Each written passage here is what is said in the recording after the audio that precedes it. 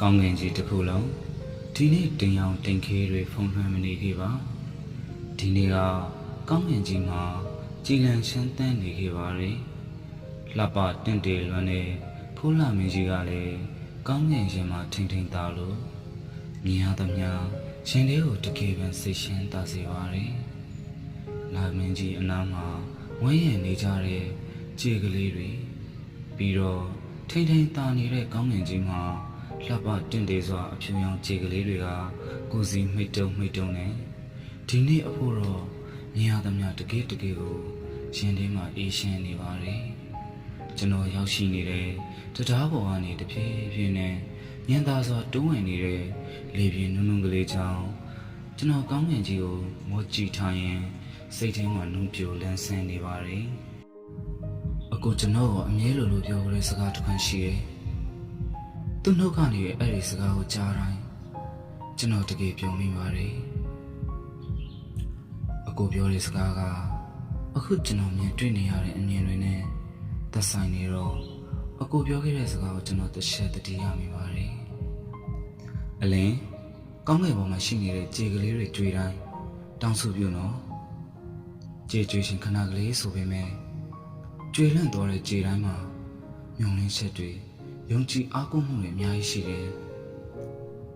ကြေကျွေးတိုင်းတောင်းစုပြုပေးပါနော်အလင်း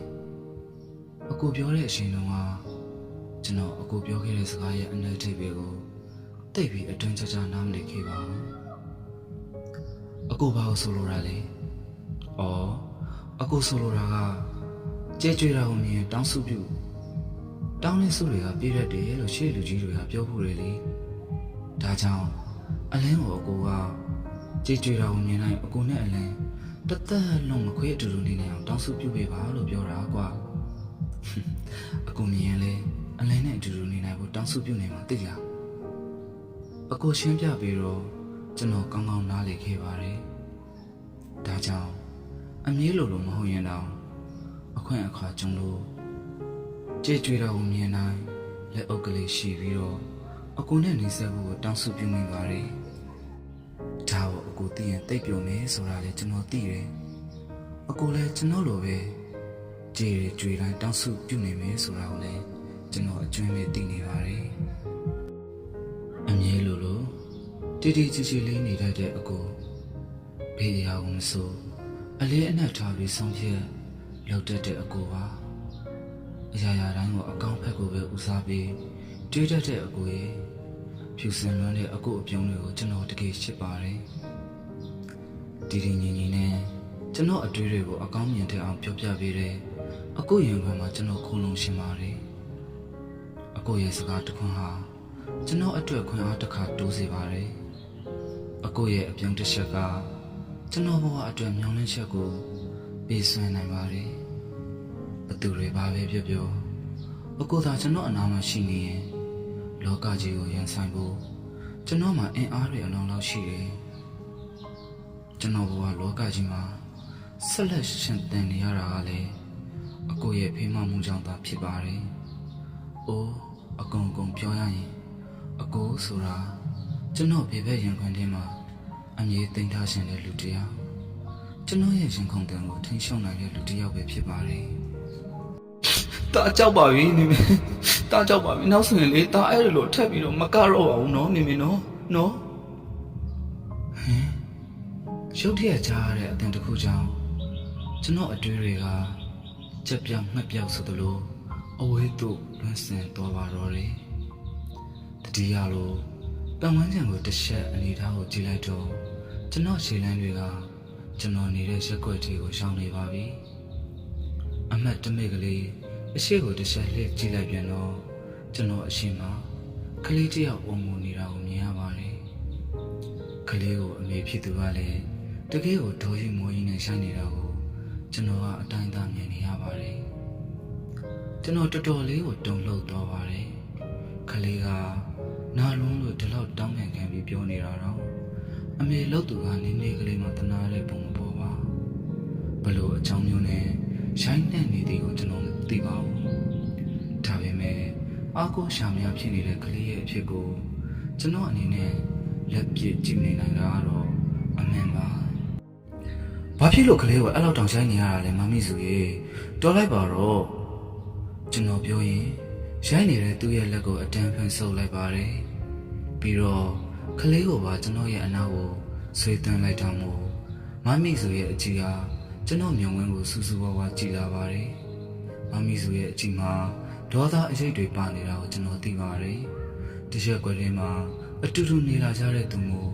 ကျွန်တော်လည်းဝင်ပါမိတာပဲဖြစ်ပါတယ်ကလေးကလည်းကျွန်တော်ရဲ့အနာကိုရောက်တော့ကျွန်တော်ကိုအတင်းဖတ်တွေ့ထားပါတယ်ဘာဖြစ်တာလဲမမီစုဘာဖြစ်မလဲဒင်းအချိုးတွေပြင်စီရှင်လို့ရိုက်ရတာပေါ့ဟဲ့အိုးကလေးကဘာဖြစ်နေလို့လဲ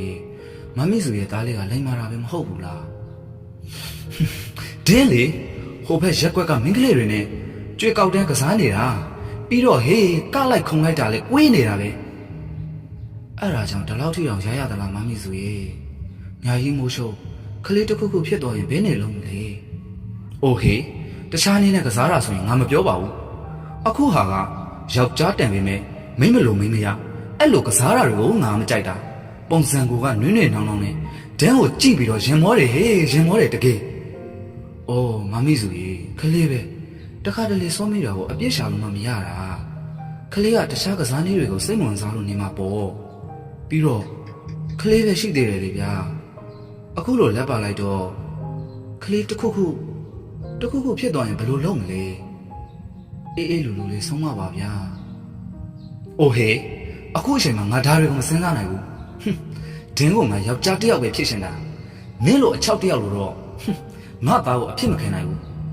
ငါသားကိုငါရှစ်လို့လောက်တာငါမြစ်တာကိုငါပဲသိတယ်တခြားလူတွေဘယ်လိုနားလဲမှာလဲတေချာတာတစ်ခုကတော့ငါရဲ့သားကနင်းလို့သားဖြစ်ကြည့်ပါလား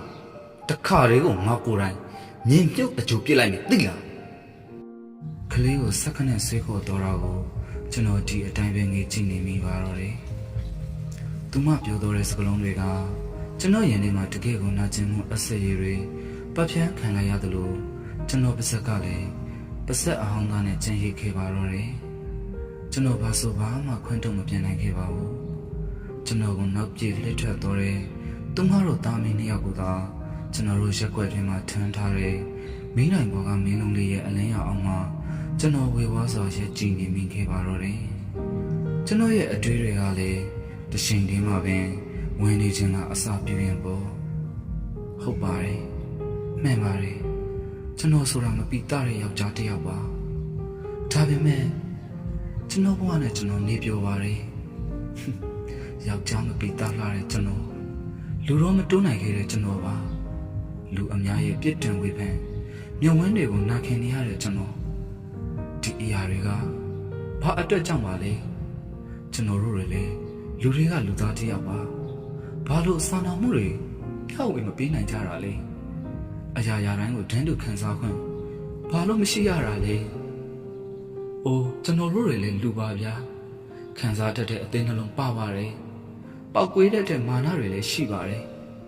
လူတကာရဲ့ပုံစံဇယက်အတိုင်းကျွန်တော်တို့လည်းနေတတ်ပါတယ်ဗျာဒီလိုတွေနေထိုင်တာတော့မှကျွန်တော်တို့ကဘာကြောင့်ရွံရှာမုန်းတိနေကြတာလဲ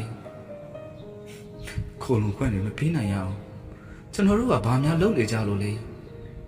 လူမာနာလူအတ္တတွေကကျွန်တော်တို့ကဘာကြောင့်ဖုံးလွှမ်းနေကြရတာလဲကျွန်တော်တို့ကຫນွေနှောင်းနေတဲ့အတွက်မို့လူကြောင်မသွင်းချင်ကြတာလားခိုးလုံခွင့်တွေမပေးချင်ကြတာလားဘေးဖြစ်ချင်ပါမလဲဗျာဘေးဖြစ်ချင်ပါမလဲအကြောင်းကံမကောင်းလို့ဖြစ်နေရတယ်ကျွန်တော်တို့ကဒီလိုဖြစ်နေရတာပါ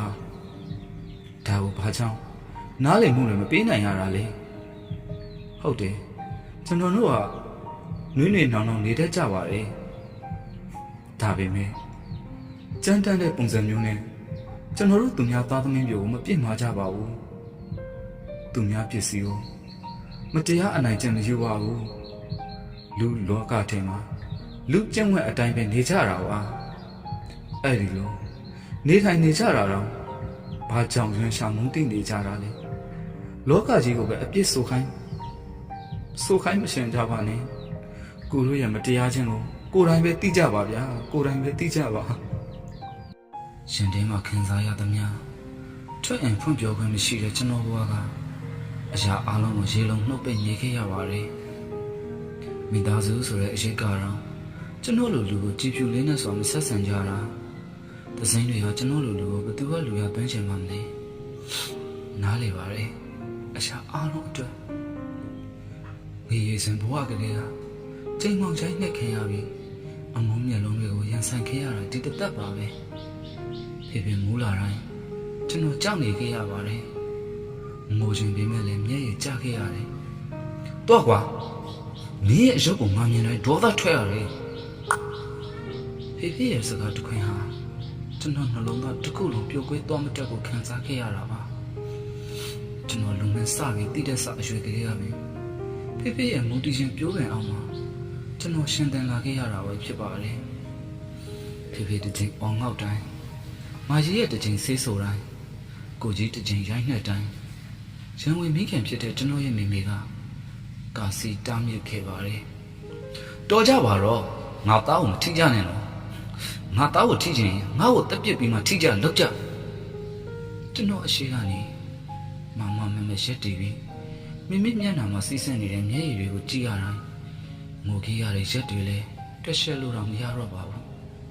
အရှင်တန်အရွေရောက်တော့ကျွန်တော်ကိုယ်တိုင်ပဲလူတွေနဲ့ပြောဆိုဆက်ဆံရမှာကြောက်လာမိခဲ့ပါတယ်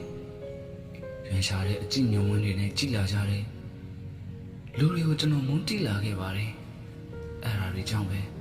ကျွန်တော်လူတွေနဲ့ဆက်ဆံမှုတွေကင်းမိပြီးတိကျနေတက်လာခဲ့ပါတယ်ဒီလိုနေထိုင်လာတော့လူတွေရဲ့ဝေဖန်ခြင်းတွေကိုကျွန်တော်ခံယူနေရတော့မှပဲ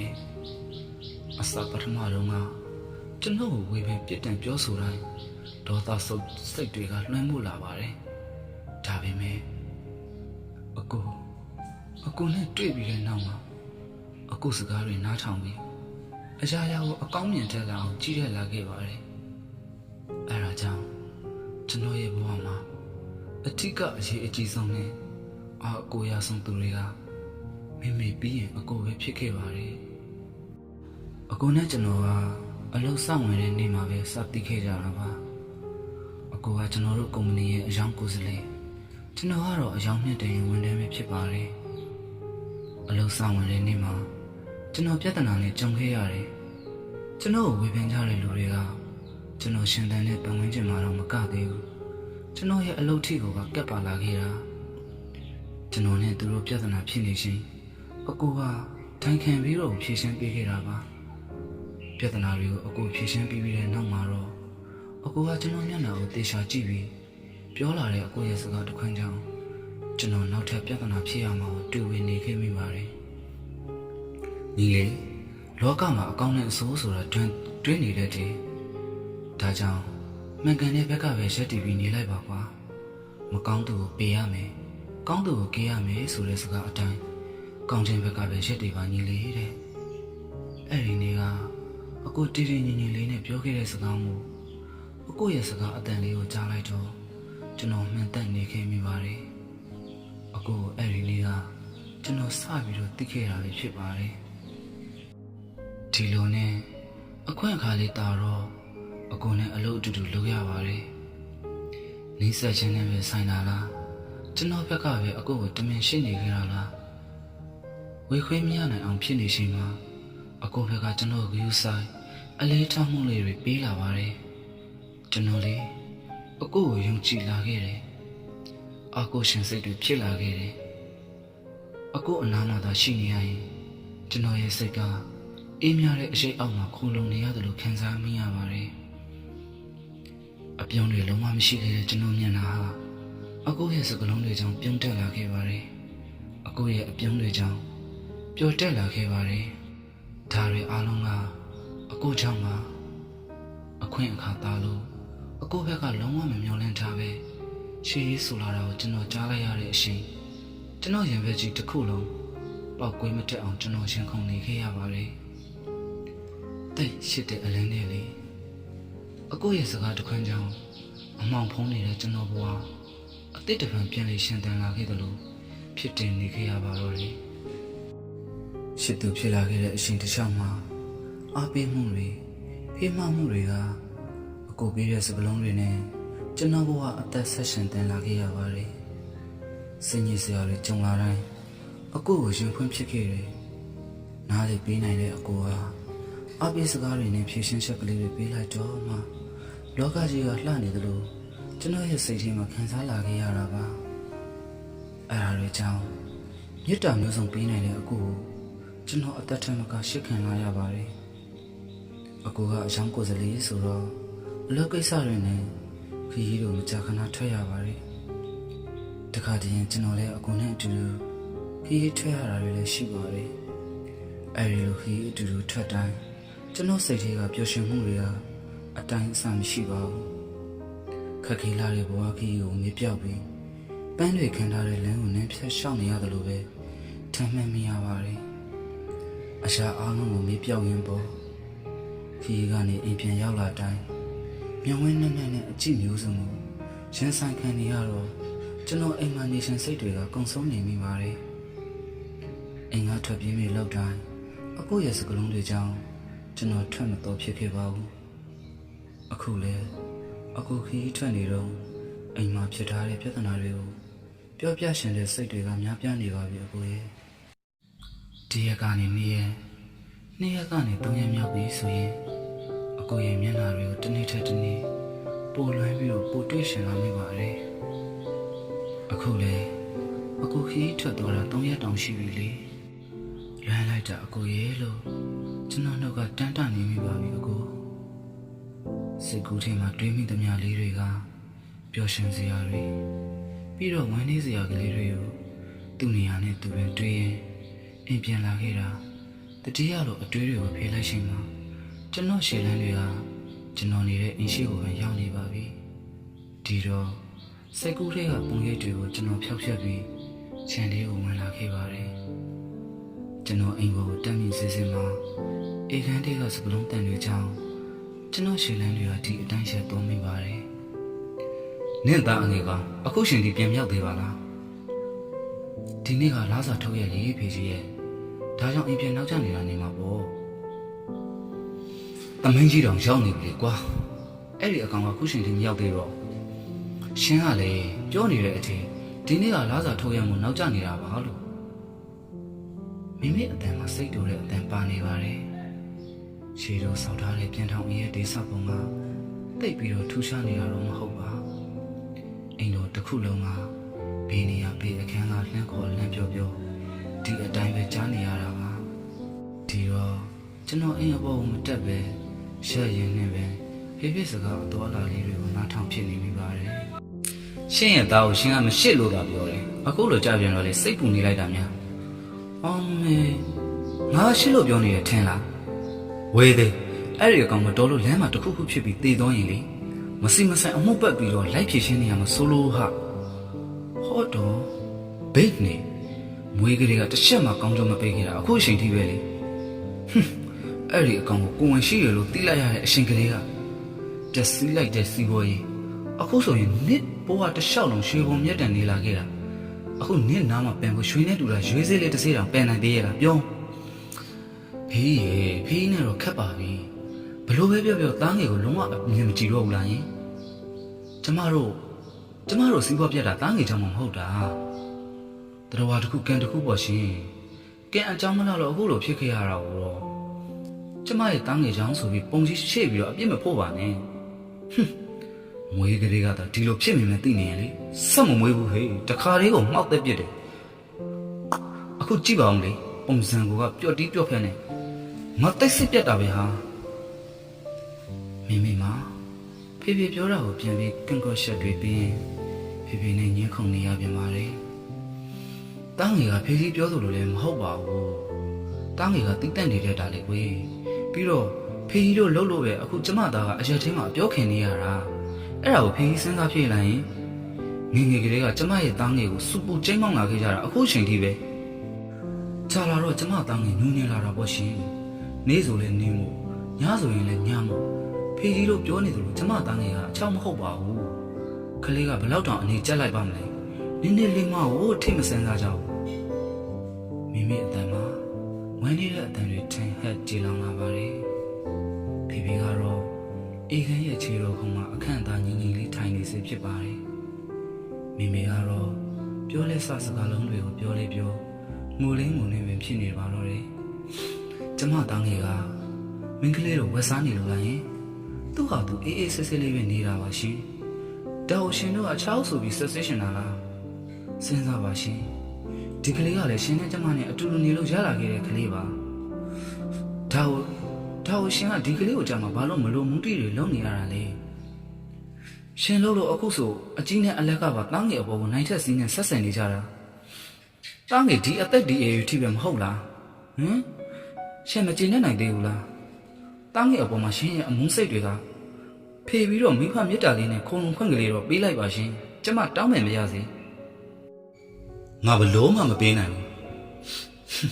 ငါရှင်းရှင်းပဲပြောနေဟာဒီကောင်နဲ့ပတ်သက်ပြီးငါမပေးစရာဘာမြတ်တာမှမရှိဘူးပေးလည်းမပေးနိုင်ဘူးငါမှတာနေသမီး2ယောက်ပဲရှိတယ်ဖေဖေရေလို့ကျွန်တော်နှုတ်ကတူတူတိတ်တိတ်ခေါ်လိုက်မိပါတယ်အထင်ကွက်မိစွာစီးဆင်းလာတဲ့မျက်ရည်တွေကအတိုင်းဆောက်မေးလို့လက်တစုံကရင်ဖက်မှာနာကျင်ခံစားနေရတဲ့အဖြစ်မှုကျွန်တော်ရဲ့ရင်ဖက်ကိုကျွန်တော်ကြစ်ကြစ်ပါအောင်စုပ်ကင်ထားမိပါတယ်ပြီးတော့ကျွန်တော်ရန်နေစီမှာပဲအေခန်းကိုစီနိုင်ကျွန်တော်အမကြီးနဲ့ကျွန်တော်အကိုတို့ဖေဖေနဲ့မိမိရှိတဲ့အေခန်းဖက်ကိုထွက်လာကြတယ်ထင်ပါတယ်အေခန်းထဲမှာအစာပိုင်းက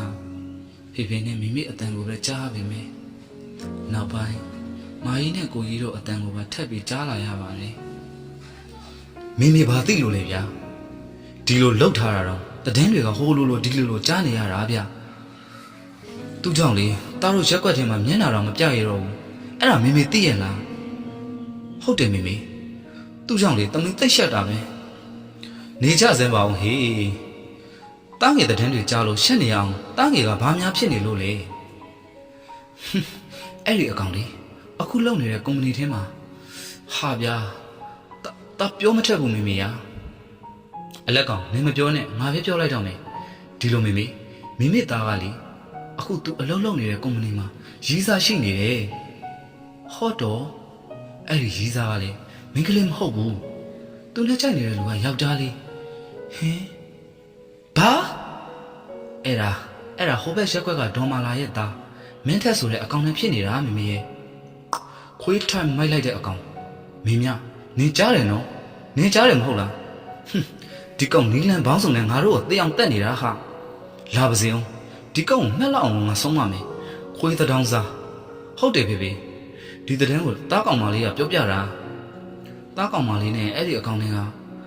ကုမ္ပဏီတစ်ခုထဲမှာအတူတူအလုပ်လုပ်ကြတာလေပြီးတော့တားကောင်မလေးနဲ့အဲ့ဒီမင်းထဲဆိုတဲ့အကောင်လေးဟာဆွေးဆက်မျိုးဆက်တော်ကြတယ်ဖေဖေရဲ့ဒီတဲ့န်းတွေကိုတားကောင်မလေးပြောပြတော့တားသိရှက်တာပဲဗျာနေကြစမ်းပါအောင်အေးနင်တို့ပြောတာကဟုတ်ကောဟုတ်လို့လားမဟုတ်တော့လေကောင်းတာပေါ့မင်းများအေးတကယ်ဟုတ်လို့ကတော့ဒင်းကိုငါကိုယ်တိုင်တက်ပြစ်မယ်ကွာတကယ်ဟုတ်နေဆိုတာတေချာတလို့ရှိနေပြီနော်ဖေဖေမင်းများ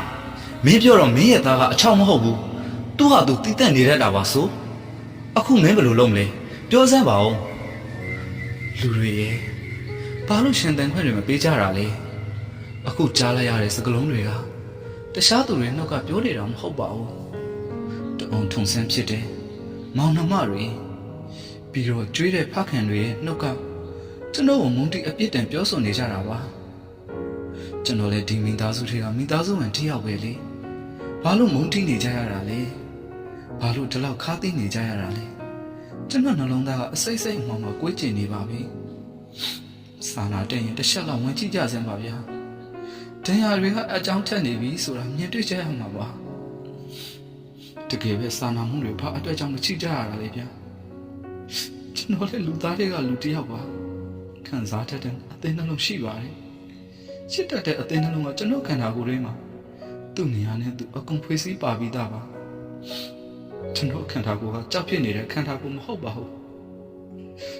အရာရာကိုခံစားတတ်တဲ့လူပါချစ်တတ်တဲ့နှလုံးသားပါလို့ကျွန်တော်ချစ်တတ်တာပဲမဟုတ်လားချစ်တယ်လို့လဲကျွန်တော်အသက်ပေးပြီးချစ်တာပါရှေးဆိုတာဘယ်အရာကိုမဆိုခံစားတတ်ရင်ရှစ်ခွင့်ရှိတာပဲမဟုတ်လားအရှိမခွေးစားတတ်မှတ်ချက်တွေရှိရလားဒါကမှအတ္တတွေဖုံးမှန်းပြီးရှေးအယူတွေကဘာကြောင့်တားဆီးနေရတာလဲ နှလုံးသားကအလုံးလုံးနေသမျှတော့အရာရာတိုင်းကိုခံစားပိုင်ခွင့်ရှိတာပဲလေခံစားတက်ခဲ့လို့လေရှစ်တက်ခဲ့တာပေါ့တားကောင်မလေးတဲ့လေဒီလိုရေးရေးခွန်းခွန်းပြောလာတဲ့ကိုကြီးစကားကလူရဝင်နေတဲ့လားကျွန်တော်တို့အရှိကိုကြတော့တပ်ပြစ်မယ်ဆိုတဲ့အထီးပဲမုန်းနေကြသေးပါလားကျွန်တော်လည်းကိုကြီးလိုမျိုးအချစ်တွေနဲ့အကူကိုရှစ်ခဲ့တာပါကျွန်တော်ချစ်တဲ့အရှိတွေနဲ့ကိုကြီးသူ့ရှိသူကိုရှိတဲ့အရှိတွေနဲ့အတူတူပဲမဟုတ်လားမတော်ရင်ဖြင့်ကိုကြီးသူ့ရှိသူအပေါ်ရှိတဲ့အရှိတွေတဲ့ကျွန်တော်အကူအပေါ်ရှိတဲ့အရှိတွေကပိုပြီးအလေးတာနေလိမ့်မယ်ကိုကြီးခံစားချက်ကထက်တူပါပဲတခုပဲတောင်းဆိုခြင်းနဲ့ကျွန်တော်နဲ့ပတ်သက်ပြီးနားလည်မှုတွေပေးကြပါရှင်ထဲမှာခံစားချက်ကဘာနဲ့မှကူစားမြောက်လိုက်တဲ့အထီးပဲကျွန်တော်နာကြည့်မိပါတယ်နှလုံးသားအပေါ်မှာကျွန်တော်ရဲ့နာကြည့်ချက်တန်းရတစ်ခုတိုးစေလိုက်ပြီးဖွင့်အံခွင့်မရှိတဲ့ကျွန်တော်အဖြစ်ကိုကျွန်တော်ဒီအတိုင်းပဲမျိုးသိပ်ပြစ်လိုက်မိပါတယ်စီစံနေတဲ့မျက်ရည်တွေကိုလက်ဖမုန်းနဲ့သာဖေးတော့ရင်တမန်ပဲမသိဟန်ပြုပြီးအိမ်ပေါ်တက်လှမ်းလာခဲ့လိုက်ပါတယ်ဟိုမှာအမေသားအလင်မကြီးလာပါပြီတော့မာကြီးကမောပြတော့ညဝင်းတွေကဖြတ်ခနဲ့ပဲကျွန်တော်ဘက်ကိုစူးစူးဝါးဝါအကြည့်ဆုံးလာကြပါတယ်အကျဉ်းသားတရားကင်းပြီးစွာစီးကြိုလိုက်တဲ့စကားကြောင့်အေခဲထဲမှာရှိနေတဲ့ဖေဖေနဲ့ကိုကြီးတို့ကျွန်တော်ဘက်ကိုကြည့်နေစေပါပဲတင်ငင်နေတဲ့ကျွန်တော်ဟာတုံ့ပြန်မှုအကြည့်ကိုနားလည်မှုမပေးနိုင်ကြတဲ့သူတို့တွေကတော့အကျဉ်းသားတရားကင်းပြီးတဲ့မြင်ဝင်းနဲ့ကြည်နေကျွန်တော်ရဲ့နှလုံးသားတစ်စုံကိုရိုက်ခတ်လာခဲ့ပါတယ်အဲ့ဒီအထင်းမှာမိမိရဲ့အကြည့်တစ်စုံကြောင့်သူတို့တွေပြောလာမယ့်ဆေးဆုံတဲ့လုံးကိုနာခင်ဖို့ကျွန်တော်မှအင်အားတစ်စုံရှိလာခဲ့ပါတယ်ဟဲ့အောင်လင်းအောင်ကိုလောင်းကျွန်တော်နာမည်ကိုဖေဖေပြည့်ပြည့်စုံစုံခေါ်လိုက်ပါတယ်ကျွန်တော်ခြေလမ်းတွေတုံလုံးနေခဲ့တယ်ဖေဖေမြုံဝင်းတွေကိုကျွန်တော်သေချာစွာမကြည့်ရပါဘူးအားဒါကြောင့်ပဲဖေဖေခေါ်လိုက်ကြတဲ့ကျွန်တော်မျက်နှာကိုအောက်ကိုမွန်းထားလိုက်ပါတယ်ခြေကိုစုံချရင်ဖေဖေအနားမှာကျွန်တော်ရက်နေလိုက်မိပါတယ်ကျွန်တော်ဖေဖေအနားကိုရောက်တော့ကျွန်တော်ဘေးနားကနေထွက်သွားတဲ့ကိုကြီးနဲ့မာကြီးတို့ရဲ့ခြေလမ်းတွေကိုကျွန်တော်ဒီအတိုင်းပဲကြည့်နေလိုက်ပါတယ်ဖေဖေနဲ့မိမိကတော့အေခန်းခုံမှာထိုင်ရင်ဖြစ်ပါတယ်9 နာရီထိုးပြီဒီကိစ္စကိုအရင်ရှင်းစမ်းပါအောင်ဒီနေ့လာစာထုတ်ရမှုပါဖေဖေစင်ကြေတွေမပေးနဲ့လာစာထုတ်တာငါသိတယ်ဟဲ့အောင်မင်းအိမ်ပြန်နောက်ကြတာကိုငါမေးနေတာဒါတော်တော့မင်းပစ္စက်ကတခွဲမှမဟာနဲ့တော့ဒီလောက်ဆိုရင်ငါသဘောပေါက်ပြီဖေဖေကိုကျွန်တော်ခေါင်းငုံထားရင်ကနေတစ်ချက်ကြည့်မိပါတယ်ကျွန်တော်နှုတ်ကပြောမယ့်စကားကိုဖေဖေပိတ်လာတာကြောင့်ဖေဖေကိုကြည့်မိတာပဲဖြစ်ပါတယ်အပုံငွေတွေကုန်နေတဲ့ကိစ္စကိုထပ်ပြီးအကုန်မခံရှင်တော့ပြီမို့ကျွန်တော်အိမ်ပြန်ခေးကိုပဲစကားဖို့အကုန်မခံတော့ပဲလမ်းလျှောက်ပြန်ခဲ့တာလို့ပြောမလို့ကျွန်တော်နှုတ်ကဖွင့်ထားခဲ့တာပဲဖြစ်ပါတယ်ဖေဖေကကျွန်တော်ကိုပြောခွင့်မပေးတော့ကျွန်တော်ဒီအတိုင်းလေးပဲညီနေလိုက်ပါတယ်ဟဲ့ကောင်ငါ့ကိုဒီလိုမျက်လုံးတွေနဲ့မကြည့်နဲ့ငါမင်းရဲ့အကြည့်တွေကိုယွန်းတယ်ဘာလဲမင်းကအခုခွေးဆက်ခန်းလို့တိတ်ပြော်နေတယ်ပေါ့ဟုတ်လားငါအကုန်သိတယ်နော်လင်းအောင်ကိုမင်းကိုမင်းတိတ်လင်းနေတယ်များအောက်မိနေလားဟင်ဟုတ်လားခွေးကောင်မင်းရဲ့ခွေးဆက်ခန်းတော့ရက်တန်းကရက်နော်မရက်လို့ကတော့ငါ့ကိုအဆုံးမဆုံးနဲ့မင်းကြောင့်ငါတို့တမိတ်သားစလုံးလူပုံအလေးမှာထပ်ပြီးမျက်နှာမငယ်ချမ်းဘူးမင်းရဲ့စိတ်ကိုပြင်ဟုတ်တယ်ငါတို့မျိုးရိုးမှာနင်းလိုလူတွေမရှိခဲ့ဘူးလင်းအောင်ကိုနင်းကြောင့်ငါတို့ရှက်လို့တေးရတော့မယ်ဟဲ့အိတ်ခန်းထဲကအော်ပြောလိုက်တဲ့မာကြီးရဲ့စကားကြောင့်ရှင်ထဲမှာနင်းနေခဲ့ရတယ်လို့လက်ညှိုးထိုးပြီးအမုန်းမြောင်ဝင်းတွေနဲ့ပျော်ပြီးထွက်သွားတဲ့ဖေဖေစကလုံးတွေကြောင့်ကျွန်တော်နှလုံးသားတစ်ခုလုံးပြိုလေးသွားတယ်လို့ဖြစ်နေပြီဆိုတာမသိကြတာလားခိုလုံခွင့်လေးပဲကျွန်တော်တောင်းဆိုနေခဲ့တာနှစ်တွင်မနေတော့ပါဘူးရက်ဆက်လိုက်တာလို့ကျွန်တော်အော်ပြောရအောင်လဲသူတို့ကကျွန်တော်မုန်းလို့ရတဲ့အထင်းမှာထစ်တွက်လို့မရတဲ့မိသားစုတစ်ခုပဲမဟုတ်လားမေအတန်တွေကိုအောင်အေးပြီးဝမ်းနေနေရင်မျက်ရည်တွေကြာပြီးမှကျွန်တော်ဘေးနားမှာလာရက်ပြီးမျက်နှာပြက်နေတဲ့မိမိမျက်နှာကိုမြင်တော့ကျွန်တော်မိမိကိုကြည့်ပြီးခေါ်လိုက်က အတန်ကြီးကြီးလေးအုံကိုလိုက်မိပါတယ်မိမိလည်းကျွန်တော်ကိုရံပန်ချက်ထက်ကဖတ်ထားပြီးနှစ်သိမ့်ပေးထားပါတယ်မိမိဖတ်ပြီးနှစ်သိမ့်ပေးတော့ကျွန်တော်ရဲ့ငိုတန်းနာကြီးချက်တွေကနေနေမြတက်တာရရှားခဲ့ပါတယ်မငိုပါနဲ့တားငယ်ရဲ့တားငယ်ကိုမိမိရှုံပါတယ်စိတ်မကောင်းမဖြစ်ပါနဲ့နော်ကဲထမင်းသွားစားမိမိတားကြိုက်တဲ့ဟင်းတွေကြီးပဲရှက်ထားတယ်တားရဲ့တော်ပါပြီမိမိရဲ့တားမစားရင်တော့ပါဘူးအိုးတားရဲ့မစားလို့ဘေးဖြစ်ပါမလဲကွယ်တားမစားရင်တော့လို့ပါမိမိတကယ်လို့တားစားရင်စားလိုက်ပါမယ်မိမိဒါတားလောခါရတဲ့ပတ်စံတွေပါမိမိဈေးဖို့အတွက်တောင်းလိုက်ပါနော်တားတို့ပါကွယ်တားတို့နော်တားမိမိသားလေးအသက်ရှည်ပါစေဖုန်းကြည့်ပါစေရန်သူတို့အပေါင်းကနေကန့်လွတ်ပါစေတားရဲ့မိမိမလေးတားလေးဒီလောက်လိမ်မာတာကိုဘာကြောင့်အမုန်းတရားတွေပေါများနေကြတာလဲကွယ်မိမိလည်းတကယ်မကောင်းလိုက်တာတားရဲ့ကျွန်တော်ပေးတဲ့ပတ်စံကိုလက်ထဲမှာဆုပ်ထားရင်ဝမ်းနေတဲ့အတန်တွေနဲ့မိမိမှာကျွန်တော်မျက်နှာကိုကြည့်ပြီးငိုပါတယ်ဟိုပါနဲ့မိမိတားအနာမှာဘယ်သူမှမရှိရင်နေပါစေတားရဲ့အနာမှာမိမိရှိနေတားအရာအလုံးကိုပြုံးပြနှောက်ဆက်နိုင်ပါသေးတယ်မိမိမငုံနဲ့နော်တားငယ်ရဲ့ကဲမိမိဒါဆိုတားနာတော့မယ်နော်မိမိလည်းနာတော့လေအင်းပါတားရဲ့အင်းပါထမင်းဆိုင်စားတော့တားဟုတ်ကဲ့ပါမိမိတားဆိုင်ခုစားလိုက်ပါမယ်နော်မိမိကိုနှုတ်ဆက်ပြီးတာနဲ့ကျွန်တော်အိတ်ခမ်းထဲကိုဝင်လာခဲ့ပါတယ်အကိုရေအခုကျွန်တော်ရဲ့အဖြစ်ကလေးကိုအကိုသိရလားယင်တလောကလုံးကမုန်းတိချင်းကိုကျွန်တော်ခံနိုင်ရရှိအောင်နေတတ်ပါတယ်အကိုရေတသွေးတသားလေးတလက်ရတဲ့အတူတူစားပြီးကြည်ပြန့်ခဲ့ရတယ်ကျွန်တော်ရဲ့မိသားစုဝင်ကအခုကျွန်တော်ကိုမုန်းတဲ့အမုန်းတရားတွေကတနေ့ထက်တနေ့ပိုပြီးပြင်းထန်လာနေပြီအကိုနဲ့ကျွန်တော်ရဲ့ပတ်သက်ဆက်နေမှုကိုပါအင်းကရိုက်ပြီးနေကြပြီအကိုရဲ့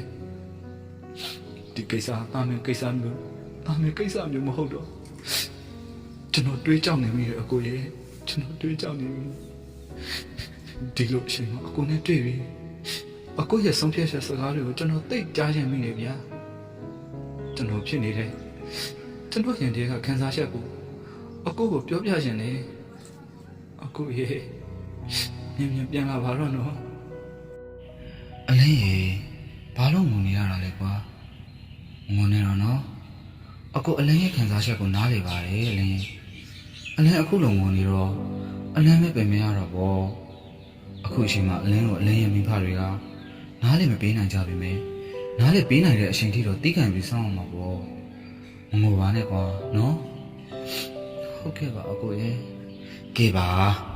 စိတ်မကောင်းစရာကြီးပဲတွေးမနေနဲ့အခုအကိုလည်းပြန်ရောက်လာပြီပဲအလင်းအနားမှာအကိုရှိတယ်ဘာမှအားငယ်စရာမလိုတော့ဘူးအကိုကကျွန်တော်ကိုပြုံးပြပြီးကျွန်တော်ပါပြင်ပေါ်ကမြေကိုအခုရဲ့လက်ညှိုးလေးနဲ့ခပ်ပွားပွားလေးဖေးပေးပါလေပြီးတော့အခုကျွန်တော်ကိုပြုံးပြပြီးကျွန်တော်ရဲ့နဖူးပေါ်မှာဆင်ရိတ်တန်တပွဲကျနေတဲ့ဆန်တွေစားကလေးကိုဖေရှားပေးနေပါလေကျွန်တော်ကတော့အခုပြုတ်သမျှကိုကြည်ကြည်နန်းနန်းနဲ့ညီခံနေမိပါတယ်ဒါနဲ့အလင်းဝေထားတဲ့ပစ္စည်းကိုရောအိမ်မှာပေးပြီလားမပေးရသေးဘူးကိုကျွန်တော်ပေးရမှာကြောက်တယ်အလင်းရေဘာကြောက်စရာရှိလို့လဲအလင်းကစေတနာတန်တန်လေးနဲ့မိသားစုရဲ့လိုအပ်တာလေးတွေကိုဖြည့်ဆည်းပေးတာလေကွယ်ဒါကြောက်စရာမှမဟုတ်တာဒါပေမဲ့အကိုသူတို့တွေကကျွန်တော်စေတနာကိုအသိမှမပြုတ်ပေးကြမှာအရင်ကြောက်နေမိတယ်ကဲဘာမှကြောက်မနေနဲ့အဲ့ဒါတွေကအလင်းရဲ့ရိုးရိုးသားသားရှာထားတဲ့ပတ်စံနဲ့ဝေထားတာလေကွယ်ပေးဖြစ်အောင်တော့ပေးလိုက်ပါအလင်းသူတို့လည်းငင်းလိမ့်မယ်တော့အကူမထင်ဘူးဒါမှအလင်းရဲ့ဖြူစင်ရိုးသားမှုနဲ့အလင်းကမိသားစုအပေါ်ဘလောက်အထိကိုရှစ်ခံတွေ့တာတက်တယ်ဆိုတာသူတို့သိမှာပေါ့ဟုတ်ကိုကျွန်တော်စူးစမ်းကြည့်ပါမယ်ခင်ဗျာဘာမှစိတ်မကောင်းဖြစ်မနေနဲ့အကူနဲ့အလင်းကကိုယ့်ဘဝကိုရဲတင်နေအောင်စူးစမ်းကြမယ်ပြီးရင်ဘသူကမှခုံလုံးခွင့်မပေးရှင်ကြတယ်ဒီလောကကြီးထဲမှာမမမဲမဲအလင်းရဲ့ရှေ့ကနေအကိုရက်တည်ပြီးတော့အကိုတို့တလောကလုံးကိုအလှဆင်ကြမယ်ကွာနော် ကျွန်တော်အကိုကိုပြုံးပြပြီးကောင်းကြီးလိုက်ပါတယ်အကိုကတော့ကျွန်တော်ရဲ့စပင်ကလေးကိုအကိုလက်ကလေးထိုးပြီးတော့တမင်လျှော့အောင်ဖွာလိုက်တယ်လို့လောက်ကကျွန်တော်ကိုကြည်စေနေပါတယ်ကျွန်တော်လည်းအကိုကိုပြန်ပြီးပြုံးပြတော့အကိုကကျွန်တော်ကိုအကိုရင်ခွင်လေးကိုရှောင်းအောင်ဆွေးသွင်းလိုက်ပါတယ်ပြီးတော့ကျွန်တော်ရဲ့မျက်ဝန်းကိုစစ်စစ်ကြည့်ပြီးတော့အကိုကကျွန်တော်ရဲ့နှဖူးရင်လေးကိုခပ်ပေါက်ပေါက်လေးနမ်းပါတယ်အကိုပြုသမျှကို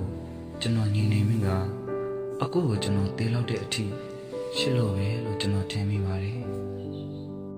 ဟောတော့ဟေးဒါဘယ်လိုဖြစ်ရတာတော့စပီးတယောက်မျက်လုံးပြူမျက်စင်ပြူဖြစ်သွားပါတယ်ဘေးနာကနေဖုံးဖွင့်ပြနေတဲ့သူတွေကစပီးရဲ့ဖြစ်ပုံကိုကြည့်ပြီးပြောတယ်အေးမနေ့ကလေဆရာမိုးမင်းကလက်ရှုပ်စင်ဒီနေ့နေ့လေးပို့ပေးရမယ်ပြောတယ်မဟုတ်လားအဲ့မှာငါလည်းမနေ့ကလောက်တာမပြက်ခဲ့တာနဲ့ဒီမနေ့ပဲအစိုးရရုံးကိုလာခဲ့တာဟာငါရုံးခန်းကိုရောက်ပြီးတော့တောင်းလေးကြတော့ဟေးဒင်းတို့ကလေစတိုခဲဘက်ကိုဝင်တော့တာအဲ့ငါလေးမြင်လို့ဟိုတဲ့အမေဟုတ်တယ်မဟုတ်ဘူးဆိုတာသိချင်တာနဲ့သူတို့အနောက်ကနေတိတ်တိတ်ပုံလိုက်တော့တာဟာဟိုလေးရောက်တော့ဟေးမြင်လိုက်ရတဲ့အတိုင်းတယောက်ကငိုလိုက်တယောက်ကရှော့လိုက်ပြီးတော့လေဖက်လိုက်ရေးလိုက်နဲလိုက်နဲ့ငါမှသူတို့ကိုကြည့်ပြီးမယုံနိုင်ပါစက်ကိုအဟောင်းသားလေးဖြစ်တော့တာဟာဟေးငါအစကထင်ထားတာလေအခုမင်းထက်ကလင်းရောက်ကိုလုံးဝစိတ်ဝင်စားဘူးလို့ထင်ထားတာဟာအခုတော့အခုမင်းထက်ကဒီလိုဖြစ်နေပြီလို့လုံးဝထင်မထားဘူးအေးသိလားဒီကိစ္စကိုဒါလေရှယ်ရီမသိရင်ဘယ်လိုတွေဖြစ်မလဲဆိုတာတွေးတော့မတွေးဘူးအေးဟုတ်တယ်နော်သူ့အကူဟာလူသိမခံပဲပေါင်းနေတယ်ဆိုတာသူသာသိတော့ရင်ဘယ်လိုတွေဖြစ်ကြမလဲမသိဘူးမနက်9 နာရီခွဲပြီမို့ရုံးထဲမှာလူတွေစုံစမ်းပြနေပါပြီပြောရင်ဆိုရင်လည်းပဲ